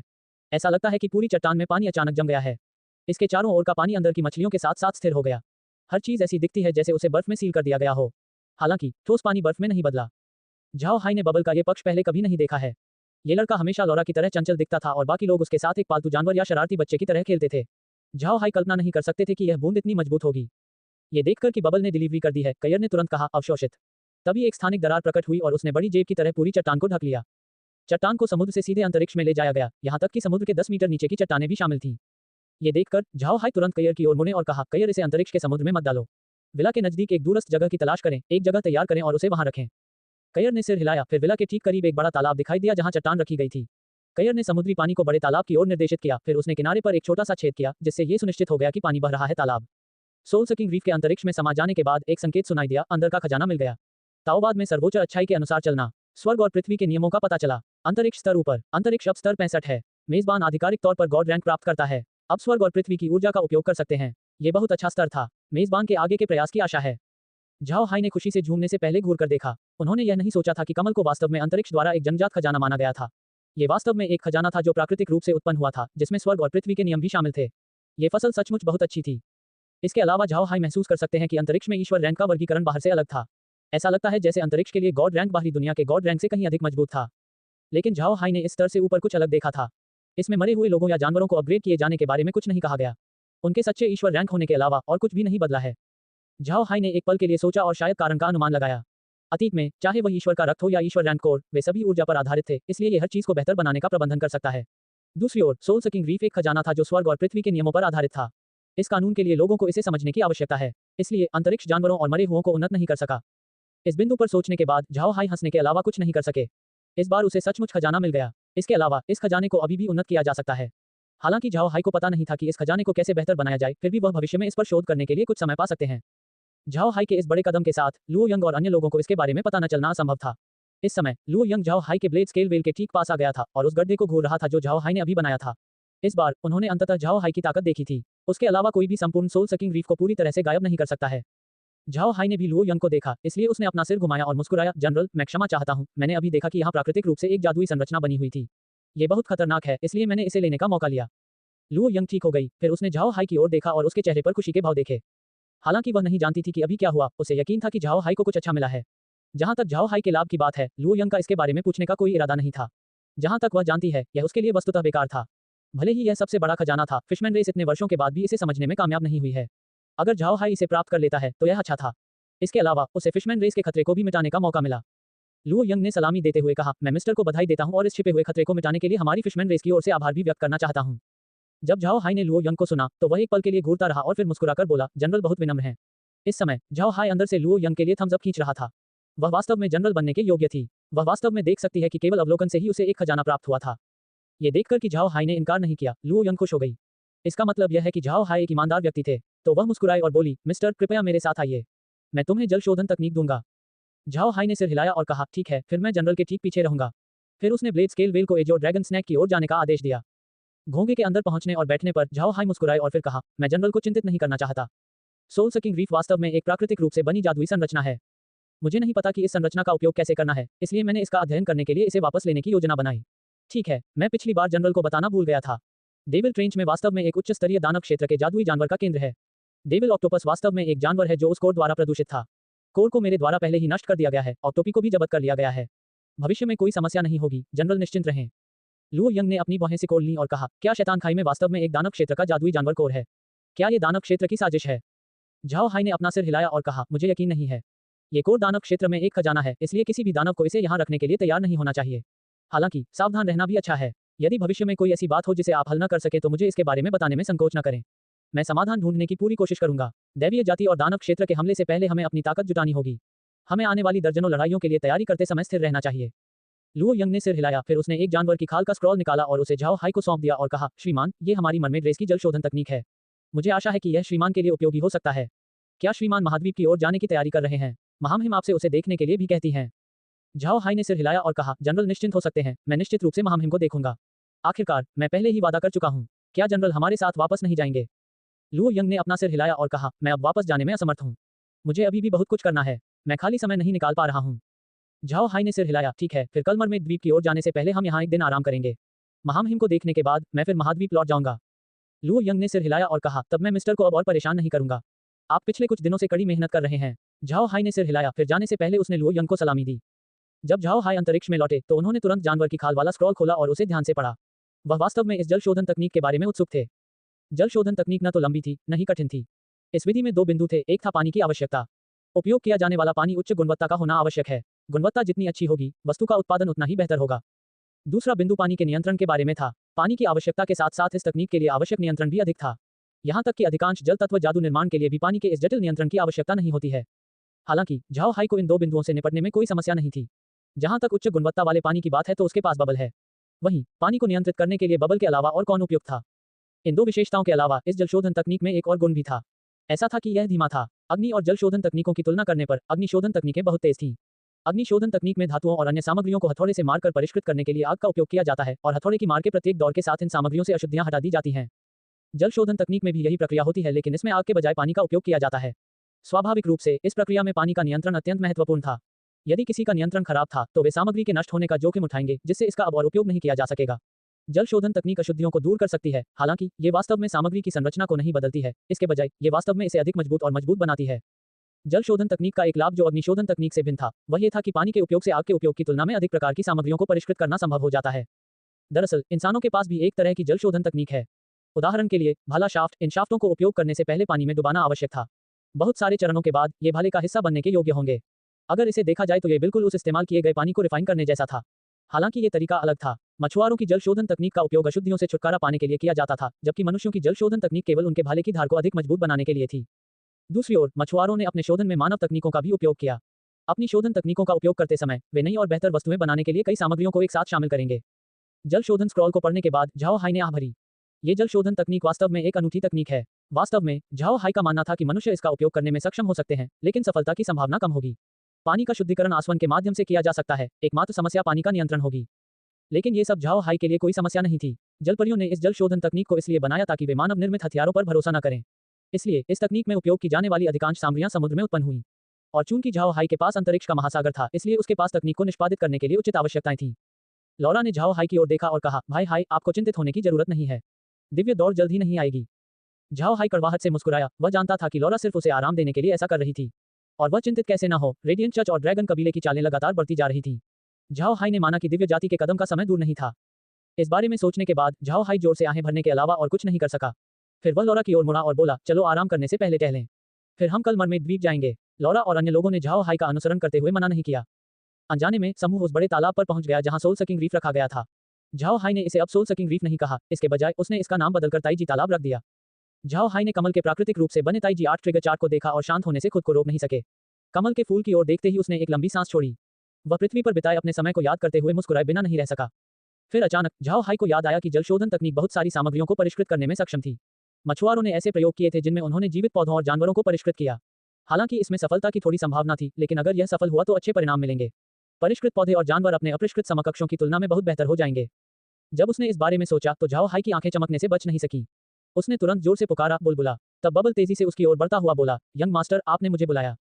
झाओ हाई ने सिर हिलाया। फिर उन्होंने बबल की ओर देखा और कहा, हमने जल शोधन की विधि हासिल कर ली है। मैं कयर से तुम्हें ये सिखाऊंगा कि इसे बाद में कैसे करना है। फिर कयर तुम्हें प्रयोग करने के लिए जीवित पौधों के साथ साथ खनिज भी उपलब्ध कराएगा। जब आप तकनीक में पूरी तरह से महारत हासिल कर लेंगे तो आप यहाँ ताईजी तालाब में रहेंगे। जाओ और यहाँ अंदर मौजूद हर चीज को परिष्कृत करो, कमल का फूल, जड़, पत्थर, हर चीज, यहाँ तक कि छोटी मछलियां भी। जब तक मैं तुम्हें बुला न लूं, परिष्कृत करना बंद मत करना, समझा? बबल ने एक पल के लिए सोचा और कहा, युवा मास्टर, मैं पढ़ना जानता हूँ, कयर को मुझे पढ़ाने की कोई आवश्यकता नहीं है। वह छोटी लड़की बहुत घृणित है, मुझे उसकी जरूरत नहीं है, मैं खुद सीख सकता हूँ। जब झाओ हाई ने ये सुना तो वह घूरने लगा। फिर उसने बबल की ओर हैरानी से देखा और कहा, बबल, तुम्हें पता है कि पात्रों को कैसे पढ़ा जाता है? तुम्हें किसने सिखाया? बबल ने अपना सिर हिलाया और कहा, मुझे नहीं पता, केवल एक चीज जो मुझे याद है वह यह है कि मैं हमेशा साक्षर रहा हूँ। वह ज्ञान पहले की महिलाओं की छवियों के साथ आया था। जहां तक अन्य विशिष्टताओं का सवाल है, मुझे वास्तव में कोई जानकारी नहीं है। झाओ हाई ने बबल की ओर देखा और कहा, तुम्हें सचमुच कुछ भी याद नहीं है? बबल ने सिर हिलाया, यंग मास्टर, केवल एक चीज जो मुझे याद है वह एक महिला की आकृति और चरित्र थे, और कुछ नहीं। झाओ हाई ने अपनी भौहें सिकोड़ ली। वह इस मामले को लेकर उलझन में था। अंत में वह केवल बबल को जानवर की खाल दे सका और कहा, ठीक है, तुम इस चीज को पढ़ो।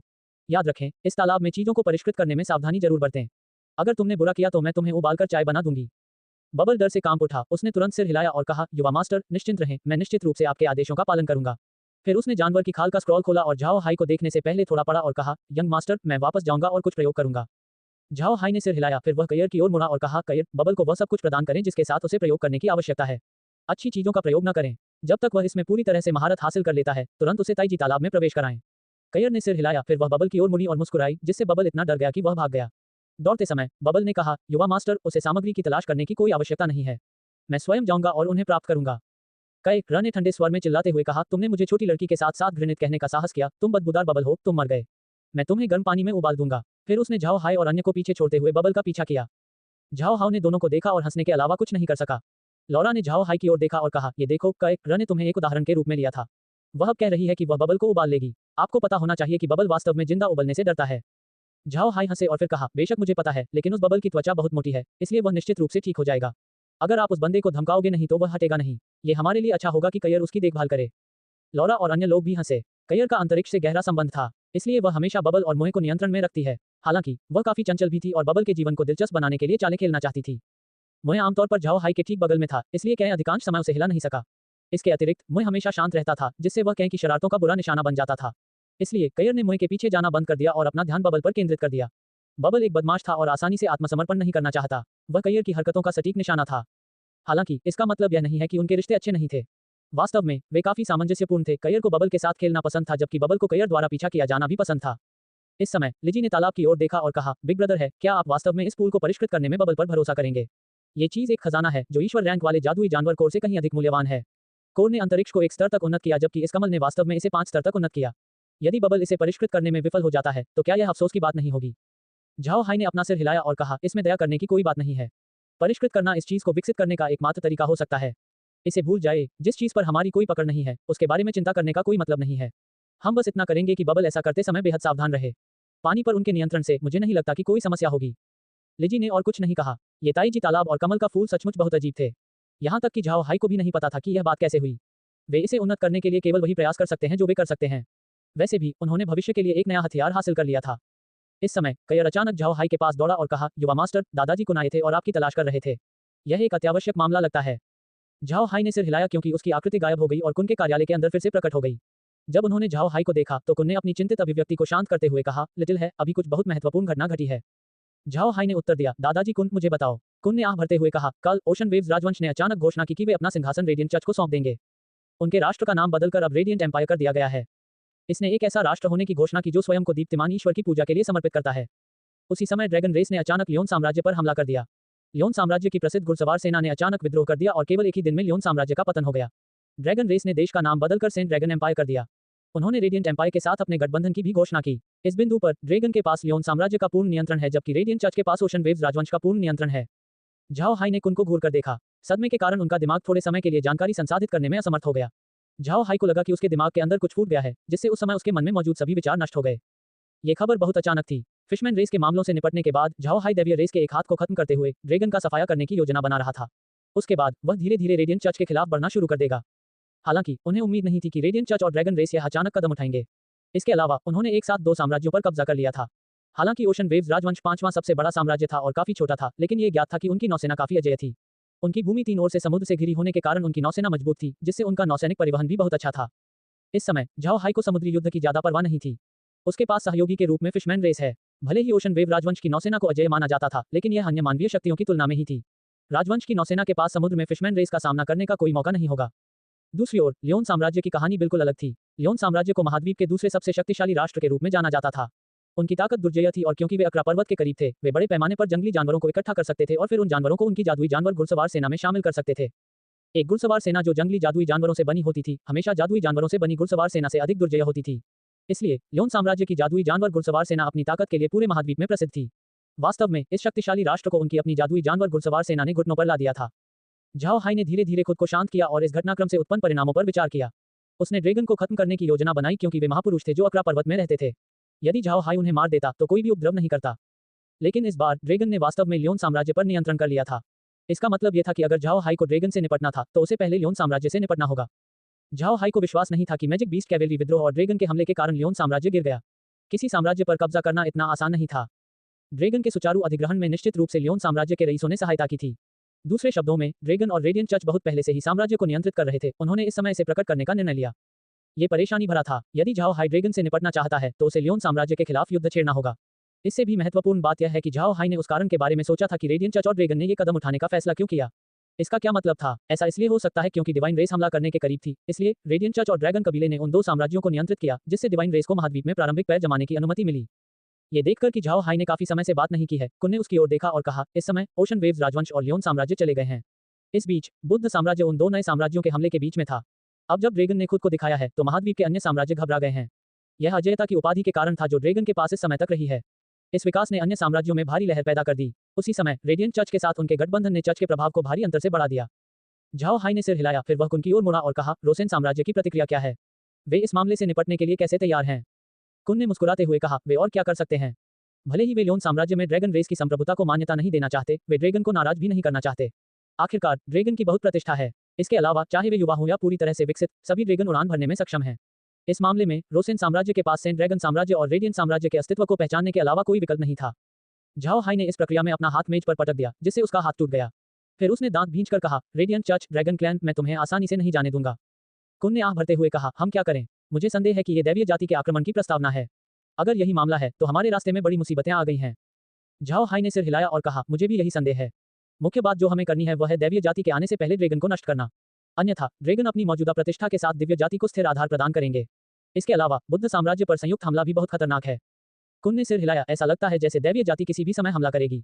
हालांकि वे अभी भी नहीं आए हैं, हमें ड्रैगन को नष्ट करने की जरूरत है। फिर हम बाद में रेडियंट चर्च से निपटेंगे। झाओ हाई ने सिर हिलाया, लेकिन अभी कार्रवाई करने का समय नहीं है। अधिक समाचारों की प्रतीक्षा करें जब तक मैं जाऊं और मरमेड रानी से ओशन वेव राजवंश की नौसेना से निपटने में मदद मांगूं।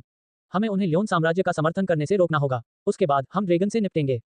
कुन ने सिर हिलाया, फिर झाओ हाई ने अपना हाथ घुमाया और एक बोतल निकाल ली। बोतल में मैसेंजर मछली थी। झाओ हाई ने बोतल कुन को सौंप दी और उसे इसका उपयोग करना सिखाया। फिर उसने 2 और बोतलें बनाई और कुन को दे दी। बाद में उसे ब्लॉकहेड और रॉकहेड को सौंप दिया। जब कुन ने 3 मैसेंजर मछलियों को देखा तो वह आश्चर्यचकित रह गया। उसने सोचा नहीं था कि इस दुनिया में ऐसा कुछ भी होगा, लेकिन फिर भी वह बहुत खुश था। इन चीजों के साथ संचार अब कोई समस्या नहीं होगी। कुन और अन्य के पास पहले से ही अपने स्वयं के स्पेस बैग हैं, इसलिए झाओ हाई ने उन्हें और अधिक नहीं दिया और कुन से कहा कि बोतलों को बैग के अंदर रखा जा सकता है। इस कारण से झाओ हाई ने बबल पर ध्यान आकर्षित किया था। यदि मैसेंजर फिश उसके बैग में थी तो कोई संदेश भेजता था, तो बबल अंतरिक्ष के माध्यम से झाओ हाई को जाकर सूचित करता था। जब तक ये कोई महत्वपूर्ण मामला न हो, झाओ हाई अपनी मैसेंजर फिश को अपने स्पेस बैग के अंदर रखेगा। मछलियों को कुन को सौंपने के बाद झाओ हाई तुरंत आयरन माउंटेन किले में चले गए। उन्होंने न केवल ग्रीन को एक मैसेंजर मछली दी, बल्कि उन्होंने प्रत्येक गांव के प्रबंधकों के साथ साथ ब्लैक वेस्टलैंड में कुछ रुतबे वाले लोगों को भी कुछ मैसेंजर मछलियां वितरित की। झाओ हाई ने अभी मछलियां भेजने का फैसला इसलिए किया क्योंकि उनकी संख्या पहले ही काफी अधिक हो चुकी थी। मैसेंजर मछलियां बहुत बड़ी नहीं थीं। ऐसा इसलिए था क्योंकि झाओ हाई चाहते थे कि उन्हें बाहर उपयोग करना अधिक सुविधाजनक हो, इसलिए उन्होंने कयर से उनका आकार और कम करने को कहा। इस बिंदु पर मैसेंजर मछलियां लगभग 2 पिन की जोड़ बड़ी थीं। इसके अलावा अंतरिक्ष के स्तर में वृद्धि के बाद मैसेंजर मछलियां अब किसी भी प्रकार के पानी में जीवित रह सकती हैं और भोजन पचाने में बहुत कुशल थीं। आयरन माउंटेन किले में मामलों से निपटने के बाद झाओ हाई फिर बॉनो के पास गया। वह बिली को ड्रैगन रेस और रेडियंट चर्च के आंदोलन के बारे में बताने से पहले कुछ मैसेंजर मछलियां देना चाहता था। झाओ हाई ने इस बार इतनी परवाह नहीं की क्योंकि वह सीधे बौने पर्वत में अपने गोदाम के अंदर दिखाई दिए। जब वह बाहर आया तो गोदाम के बाहर के बौने बहुत चौंक गए, लेकिन जब उन्होंने बिली को संदेश भेजा तो ये खुशी में बदल गया। झाओ हाई ने देरी नहीं की और सीधे बिली के कार्यालय की ओर चल दिया। बिली वर्तमान में ड्रैगन के साथ साथ रेडियंट चर्च को लेकर भी चिंतित था। दोनों के अचानक उठाए गए कदम ने निश्चित रूप से उन्हें एक बड़ा झटका दिया, जिससे उनकी पहले से सोची गई योजनाएं पूरी तरह से पटरी से उतर गईं। वे दिव्य जाति के साथ लड़ाई होने तक धीरे धीरे अपनी ताकत बढ़ाने की योजना बना रहे थे, लेकिन अब रेडियंट चर्च और ड्रैगन रेस के हालिया कदम के कारण ऐसा लगता है कि यह असंभव होगा। रेडियंट चर्च के दैवीय क्षेत्र के साथ कुछ संबंध थे और यह निश्चित था कि वे पिछले महान युद्ध में बौनों की भागीदारी के बारे में भी जानते थे। इसलिए रेडियंट चर्च के लिए इस बार बौनों को छोड़ देना असंभव था।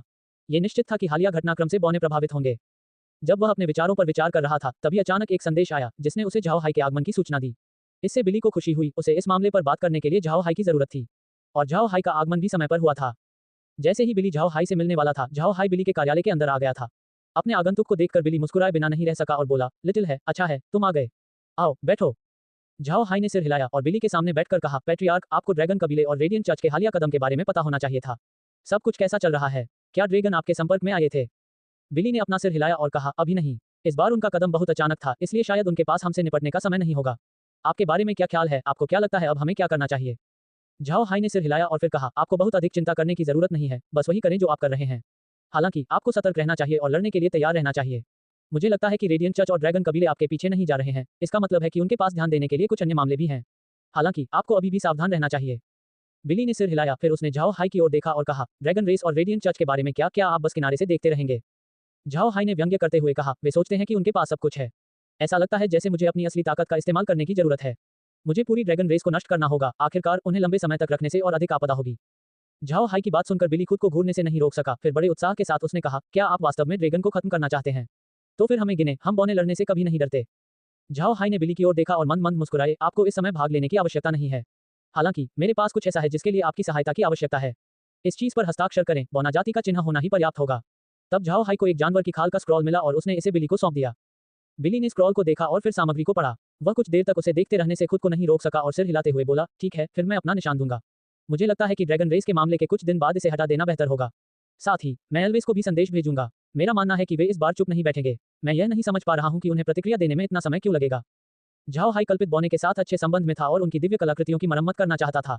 लेकिन उनके बारे में क्या? काफी देर तक उनके जवाब का इंतजार करने के बाद भी वे इस मामले पर काफी चुप थे। इससे झाओ हाई निःशब्द हो गए। हालांकि झाओ हाई अभी भी एल्विन रेस से उचित प्रतिक्रिया पाना चाहेगा। इसलिए उन्होंने सिर हिलाया और कहा, ठीक है, जब मैं बीस्टमैन प्रेरी की ओर जा रहा हूं तो हम एल्विस की प्रतिक्रिया का इंतजार करेंगे। मैं बीस्ट किंग से भी इस स्क्रॉल पर हस्ताक्षर करवाऊंगा, फिशमैन रेस के साथ भी। जैसे ही कल्पित बौने संदेश भेजें, मुझे सूचित करने के लिए इसका उपयोग करें। फिर झाओ हाई ने एक मैसेंजर मछली निकाली और बिली को दी। बिली ने उत्सुकता से मछलियों की ओर देखा, उसने ऐसी बात पहले कभी नहीं सुनी थी। वह बोतलों के अंदर तैरती मछलियों को देखता रहा, फिर वह झाओ हाई की ओर मुड़ा और कहा, ये चीज सीधे आपसे बात कर सकती है। झाओ हाई ने मुस्कुराते हुए कहा, सही है, लेकिन सिर्फ मैं ही नहीं। यह आपको अन्य लोगों से बात करने के लिए भी प्रेरित कर सकता है।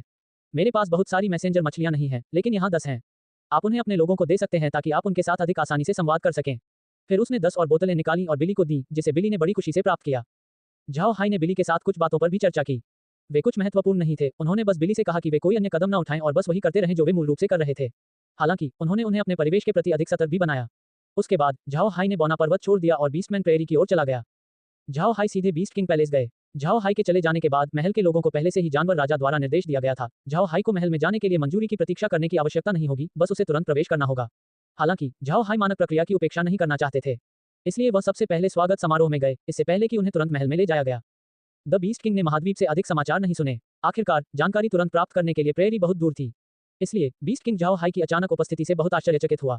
हालांकि उन्होंने फिर भी झाओ हाई का अभिवादन किया और उनके साथ लिविंग रूम में बैठे। बैठने के बाद बीस्ट किंग ने झाओ हाई की ओर देखा और कहा, तुम क्यों आए? कुछ हुआ क्या? झाओ हाई ने सिर हिलाया, फिर आह भरते हुए कहा, अभी कुछ महत्वपूर्ण हुआ है। कल ओशन वेव्स राजवंश ने अचानक घोषणा की कि वे रेडियंट चर्च को सिंहासन सौंप देंगे। अब राजवंश अब अस्तित्व में नहीं है और उसकी जगह रेडियंट चर्च ने ले ली है। इसे अब रेडियंट एम्पायर कहा जाता है और यह पूरी तरह से रेडियंट चर्च के अधिकारियों द्वारा नियंत्रित है। उसी समय ड्रैगन अचानक अक्रा पर्वत से बाहर आए और योन इंपीरियल कबीले को खत्म कर दिया। उसके बाद उन्होंने सेंट ड्रैगन साम्राज्य की स्थापना की और रेडियंट चर्च के साथ गठबंधन बनाया। बीस्ट किंग ने एक पल के लिए घूर कर देखा, इससे पहले कि उसकी अभिव्यक्ति बदल जाए। वह तुरंत समझ गया कि इसका मतलब क्या है। जैसे कि आदत से वह खड़ा हुआ और झाओ हाई की ओर अपना सिर घुमाने से पहले 2 बार आगे पीछे चला और कहा, ड्रैगन को नष्ट किया जाना चाहिए। इनका नाम इतना मशहूर है कि इससे लोगों में खौफ पैदा हो जाता है। अगर ऐसा ही चलता रहा तो हम लड़ नहीं पाएंगे। झाओ हाई ने बीस्ट किंग को घूर कर देखा, उसे उम्मीद नहीं थी कि वह मामले के मूल को समझेगा। झाओ हाई ने सिर हिलाया और कहा, ठीक है, मैं बिल्कुल वैसा ही करने की योजना बना रहा था। मैं यहाँ केवल आपको इस मामले की जानकारी देने के साथ साथ आपको सतर्क रहने की याद दिलाने के लिए आया हूँ। रेडियंट चर्च आ सकता है और आपसे निपट सकता है। अब जब उन्हें ड्रैगन की मदद मिल गई है तो वे किसी भी समय आकर आप पर हमला कर सकते हैं, इसलिए आपको अपनी सुरक्षा मजबूत करनी होगी। बीस्ट किंग ने सिर हिलाया और फिर झाओ हाई की ओर देखा और कहा, क्या आप चाहते हैं कि हम ड्रैगन से निपटने के लिए कुछ सैनिक भेजें? झाओ हाई ने अपना सिर हिलाया और कहा, कोई जरूरत नहीं, मैं खुद उनसे निपट सकता हूँ। हालांकि मुझे इस पर हस्ताक्षर करने के लिए आपकी सहायता की आवश्यकता है। फिर उसने जानवर की खाल का खर्रा सौंप दिया। बीस्ट किंग ने स्क्रॉल पर बीस्टमैन का ब्रांड अंकित करने से पहले उसे पढ़ा। इस स्क्रॉल में कुछ भी विशेष नहीं है, इसमें केवल रेडियंट चर्च और डिवाइन रेस के बीच संबंध का उल्लेख किया गया है। इसमें दैवीय जाति के साथ साथ दानव क्षेत्र के बारे में भी कहानी शामिल थी। ये कुछ ऐसा था जिसे झाओ हाई ने राष्ट्रों के सम्राटों के साथ साथ विभिन्न महान कुलों के कुलपतियों को दिखाने की योजना बनाई थी। उसने इस पुस्तक को दूसरों को दिखाने से पहले बीस्टमैन, बौने, मछुआरे और कल्पित बौने के हस्ताक्षर लेने की योजना बनाई। उन्हें ये समझने की जरूरत है कि वे वर्तमान में उसी दुश्मन का सामना कर रहे हैं। द बीस्ट किंग ने झाओ हाई की प्रक्रिया को मंजूरी दे दी। वह एक राजा है, इसलिए वह जानता था कि चूंकि रेडियंट चर्च और ड्रैगन शुरू हो गए हैं, इसलिए झाओ हाई के लिए भी अपना कदम उठाने का समय आ गया है। इसलिए झाओ हाई ने इस स्क्रॉल को समय से पहले तैयार किया ताकि जब वह मनुष्यों के पास जाए तो वे आने वाले महान क्लेश के खिलाफ तुरंत एकजुट हो जाएं। बीस्ट किंग द्वारा स्क्रॉल पर हस्ताक्षर करने के बाद झाओ हाई ने तुरंत एक मैसेंजर फिश बोतल निकाली और इसके कार्य को समझाते हुए इसे बीस्ट किंग को सौंप दिया। फिर उसने बीस्ट किंग के उपयोग के लिए 10 और बोतलें निकाली। इससे राजा बहुत प्रसन्न हुआ। हालांकि बीस्टमैन के पास संचार के लिए बाज थे, फिर भी वे मैसेंजर फिश की तुलना में काफी कम थे। बीस्टमैन के मामलों को संभालने के बाद झाओ हाई तुरंत अंतरिक्ष में लौट आए। लौरा और अन्य लोग भी अंदर उसका इंतजार कर रहे थे। सच कहूं तो वे अभी भी इस खबर से सदमे में थे कि उन्हें नहीं पता था कि क्या करना है। ये देखकर कि झाओ हाई वापस आ गया है, लौरा और अन्य लोग तुरंत उसके पास गए और कहा, भाई हाई, अब हम क्या करें? क्या हम जाएंगे और ड्रैगन को बुझा देंगे? झाओ हाई ने सिर हिलाया और कहा, नुकसान को न्यूनतम रखने के लिए हम यही एकमात्र काम कर सकते हैं। इनका शरीर बहुत सख्त होता है जबकि इनमें ताकत बहुत ज्यादा होती है। उन्हें महाद्वीप में प्रकट नहीं होना चाहिए था, लेकिन उन्होंने वास्तव में खुद को दैवीय जाति के पक्ष में कर लिया था। फिशमैन रिकॉर्ड में ये ड्रैगन दिव्य जाति के युद्ध के अगुआ बन गए थे। कोई यह कह सकता है कि ड्रैगन काम का खामियाजा भुगतेंगे जबकि भगवान कभी कभार आगे बढ़ेंगे। ईश्वर को घायल करने वाली दिव्य कलाकृतियों के कारण ही युद्ध समाप्त हुआ था। इस जानकारी के साथ हमारे लिए दैवीय जाति के हमले की प्रतीक्षा करते हुए ड्रैगन को स्वतंत्र रूप से घूमने देना असंभव होगा। लॉरा ने सिर हिलाया। वह ये भी जानती थी कि पिछले युद्ध में दिव्य जाति ने केवल एक व्यक्ति को काम करने के लिए भेजा था। युद्ध की मुख्य शक्ति आग महाद्वीप की ओर से कुछ विद्रोहियों के साथ ड्रैगन और उनके लेसर ड्रैगन अधीनस्थों के हाथों में आ गई। दैवीय जाति के भगवान ने जो चालें चली वे वास्तव में काफी थीं। इसलिए ड्रैगन को खत्म करने की झाओ हाई की योजना काफी समझ में आने वाली थी। उसके सिर हिलाने के बाद लॉरा ने पूछा, तो हम कब शुरू करेंगे? इस समय लॉरा बहुत आश्वस्त थी। झाओ हाई को 9वीं रैंक मिली थी, उनमें से कई लाखों थे। 9वीं रैंक की इस संख्या के साथ भले ही ड्रैगन दुर्जय थे, फिर भी वे झाओ हाई की ताकत के खिलाफ कोई मौका नहीं दे सकते थे। झाओ हाई ने एक पल के लिए सोचा और कहा, आइए इस बारे में बहुत जल्दी न करें। आइए कुछ दिनों तक ड्रैगन को अपनी जीत का आनंद लेने दें। हम शुरुआत से पहले एल्वेस के हस्ताक्षर प्राप्त करने के बाद प्रतीक्षा करेंगे। हम ड्रैगन कबीले और रेडियंट चर्च ने अभी अभी अपने देश प्राप्त किए हैं, इसलिए उन्हें अभी भी अपनी स्थिति को स्थिर करने की आवश्यकता है। अभी भी हमारे पास समय है। लॉरा ने सिर हिलाया। हालांकि ड्रैगन रेस और रेडियंट चर्च को दोनों देशों पर कब्जा करने में बहुत अधिक मेहनत नहीं करनी पड़ी क्योंकि उन्हें कुलीनों का समर्थन प्राप्त था, फिर भी देशों में बड़ी संख्या में आम लोग थे जिन्हें खुश करने की आवश्यकता थी। हालांकि इस बार देशों ने युद्ध का अनुभव नहीं किया है, फिर भी वे विद्रोह के लिए अति संवेदनशील थे। उन्हें अपनी स्थिति पूरी तरह से स्थिर करने में अभी भी काफी समय लगेगा। यदि अन्य सेनाएं अचानक लियोन साम्राज्य को खत्म कर देती तो रोसेन साम्राज्य और बुद्ध साम्राज्य निश्चित रूप से अपनी सेना भेज देते, और भले ही वे उन्हें हरा न सकें, फिर भी कम से कम वे उनसे कुछ लाभ तो प्राप्त कर ही सकते थे। हालांकि चूंकि लियोन साम्राज्य के नए शासक ड्रैगन थे, इसलिए बुद्ध और रोसेन साम्राज्यों ने सेना भेजने से परहेज करने का फैसला किया और इसके बजाय साम्राज्य पर ड्रैगन की संप्रभुता को मान्यता दी। यही कारण था कि झाओ हाई ने ड्रैगन को खत्म करने का फैसला किया। महाद्वीप में ड्रैगन की प्रतिष्ठा बहुत बड़ी थी। वे मूलतः अजेयता के पर्याय थे, हर जाति उनसे डरती थी। ये प्रतिष्ठा बिल्कुल वही थी जो दैवीय जाति की मदद करने में उनकी वजह से बची थी। मानव अभिलेखों को गंभीर रूप से बदल दिया गया है कि केवल ड्रैगन की ताकत ही लिखी गई थी। झाओ हाई ने इसे कुछ ऐसा देखा जो रेडियंट चर्च ने किया था। उन्होंने ड्रैगन रेस की किंवदंती को पीछे छोड़ते हुए इंसानों का इतिहास बदल दिया था। ये भावी पीढ़ियों की मानसिकता को नियंत्रित करने के लिए था जब भी वे अक्रा पर्वत में पौराणिक प्राणियों से निपटने का निर्णय लेते हैं। इस सब के कारण झाओ हाई को ड्रैगन रेस को खत्म करने के बारे में सोचना पड़ा। पहला, आगे की आपदा से बचना, दूसरा, दैवीय जाति की एक भुजा को तोड़ना, और तीसरा, लोगों को यह समझाना कि ड्रैगन अजेय नहीं है। स्वाभाविक रूप से यदि झाओ हाई अस्तित्व में नहीं होता तो ड्रैगन निश्चित रूप से अजेय होने के करीब होते। आखिरकार उनकी जन्मजात शक्तियों के अलावा उनका शरीर भी काफी सख्त था। सबसे महत्वपूर्ण बात यह है कि वे उड़ान भरने में सक्षम थे। ये कुछ ऐसा था जिसे महाद्वीप एक दुर्स्वप्न के रूप में मानेगा। लेकिन दुर्भाग्य से उनके लिए झाओ हाई महाद्वीप में प्रकट हुआ था। भले ही ड्रैगन अजेय होने के काफी करीब थे, फिर भी झाओ हाई उनकी प्रतिष्ठा को तोड़ना सुनिश्चित करेगा। हालांकि उसने अपनी कार्रवाई पर निर्णय ले लिया था, झाओ हाई अभी भी सावधानीपूर्वक अपनी चालों की गणना कर रहा था। वह नहीं चाहता था कि अचानक कुछ घटित हो और उसकी योजनाएं कमजोर पड़ जाएं। हर चीज के बारे में ध्यान से सोचने के बाद झाओ हाई को राहत महसूस होने लगी। वास्तव में झाओ हाई ने यह भी समझा कि भले ही दिव्य जाति अचानक कोई कदम उठाए, फिर भी वह महाद्वीप के सभी लोगों को अपने अंतरिक्ष में स्थानांतरित कर सकता है। मुख्य दुनिया के अलावा झाओ हाई के पास रहने के लिए अतिरिक्त 20 पृष्ठभूमियां भी थीं। इससे भी महत्वपूर्ण बात यह है कि अंतरिक्ष के अंदर सुरक्षा कोई समस्या नहीं थी। यह इस आश्वासन के कारण था कि झाओ हाई ने दैवीय जाति के खिलाफ जाने का साहस किया। जब तक उसके पास स्पेस था, झाओ हाई को विश्वास था कि वह उन्हें हराने में सक्षम होगा। एक दिन आराम करने के बाद झाओ हाई ने ब्लेड स्केल वेल की सवारी करने और मरमेड द्वीप की ओर जाने से पहले लुओयंग को विदाई दी। झाओ हाई ने वहां जाने के लिए अपने स्थान का उपयोग नहीं किया क्योंकि वह इस समय का उपयोग एल्वेस की प्रतिक्रिया की प्रतीक्षा करने के लिए करना चाहता था। साथ ही वह ये भी जानना चाहता था कि हाल की खबर सुनने के बाद मछुआरे क्या प्रतिक्रिया देते हैं।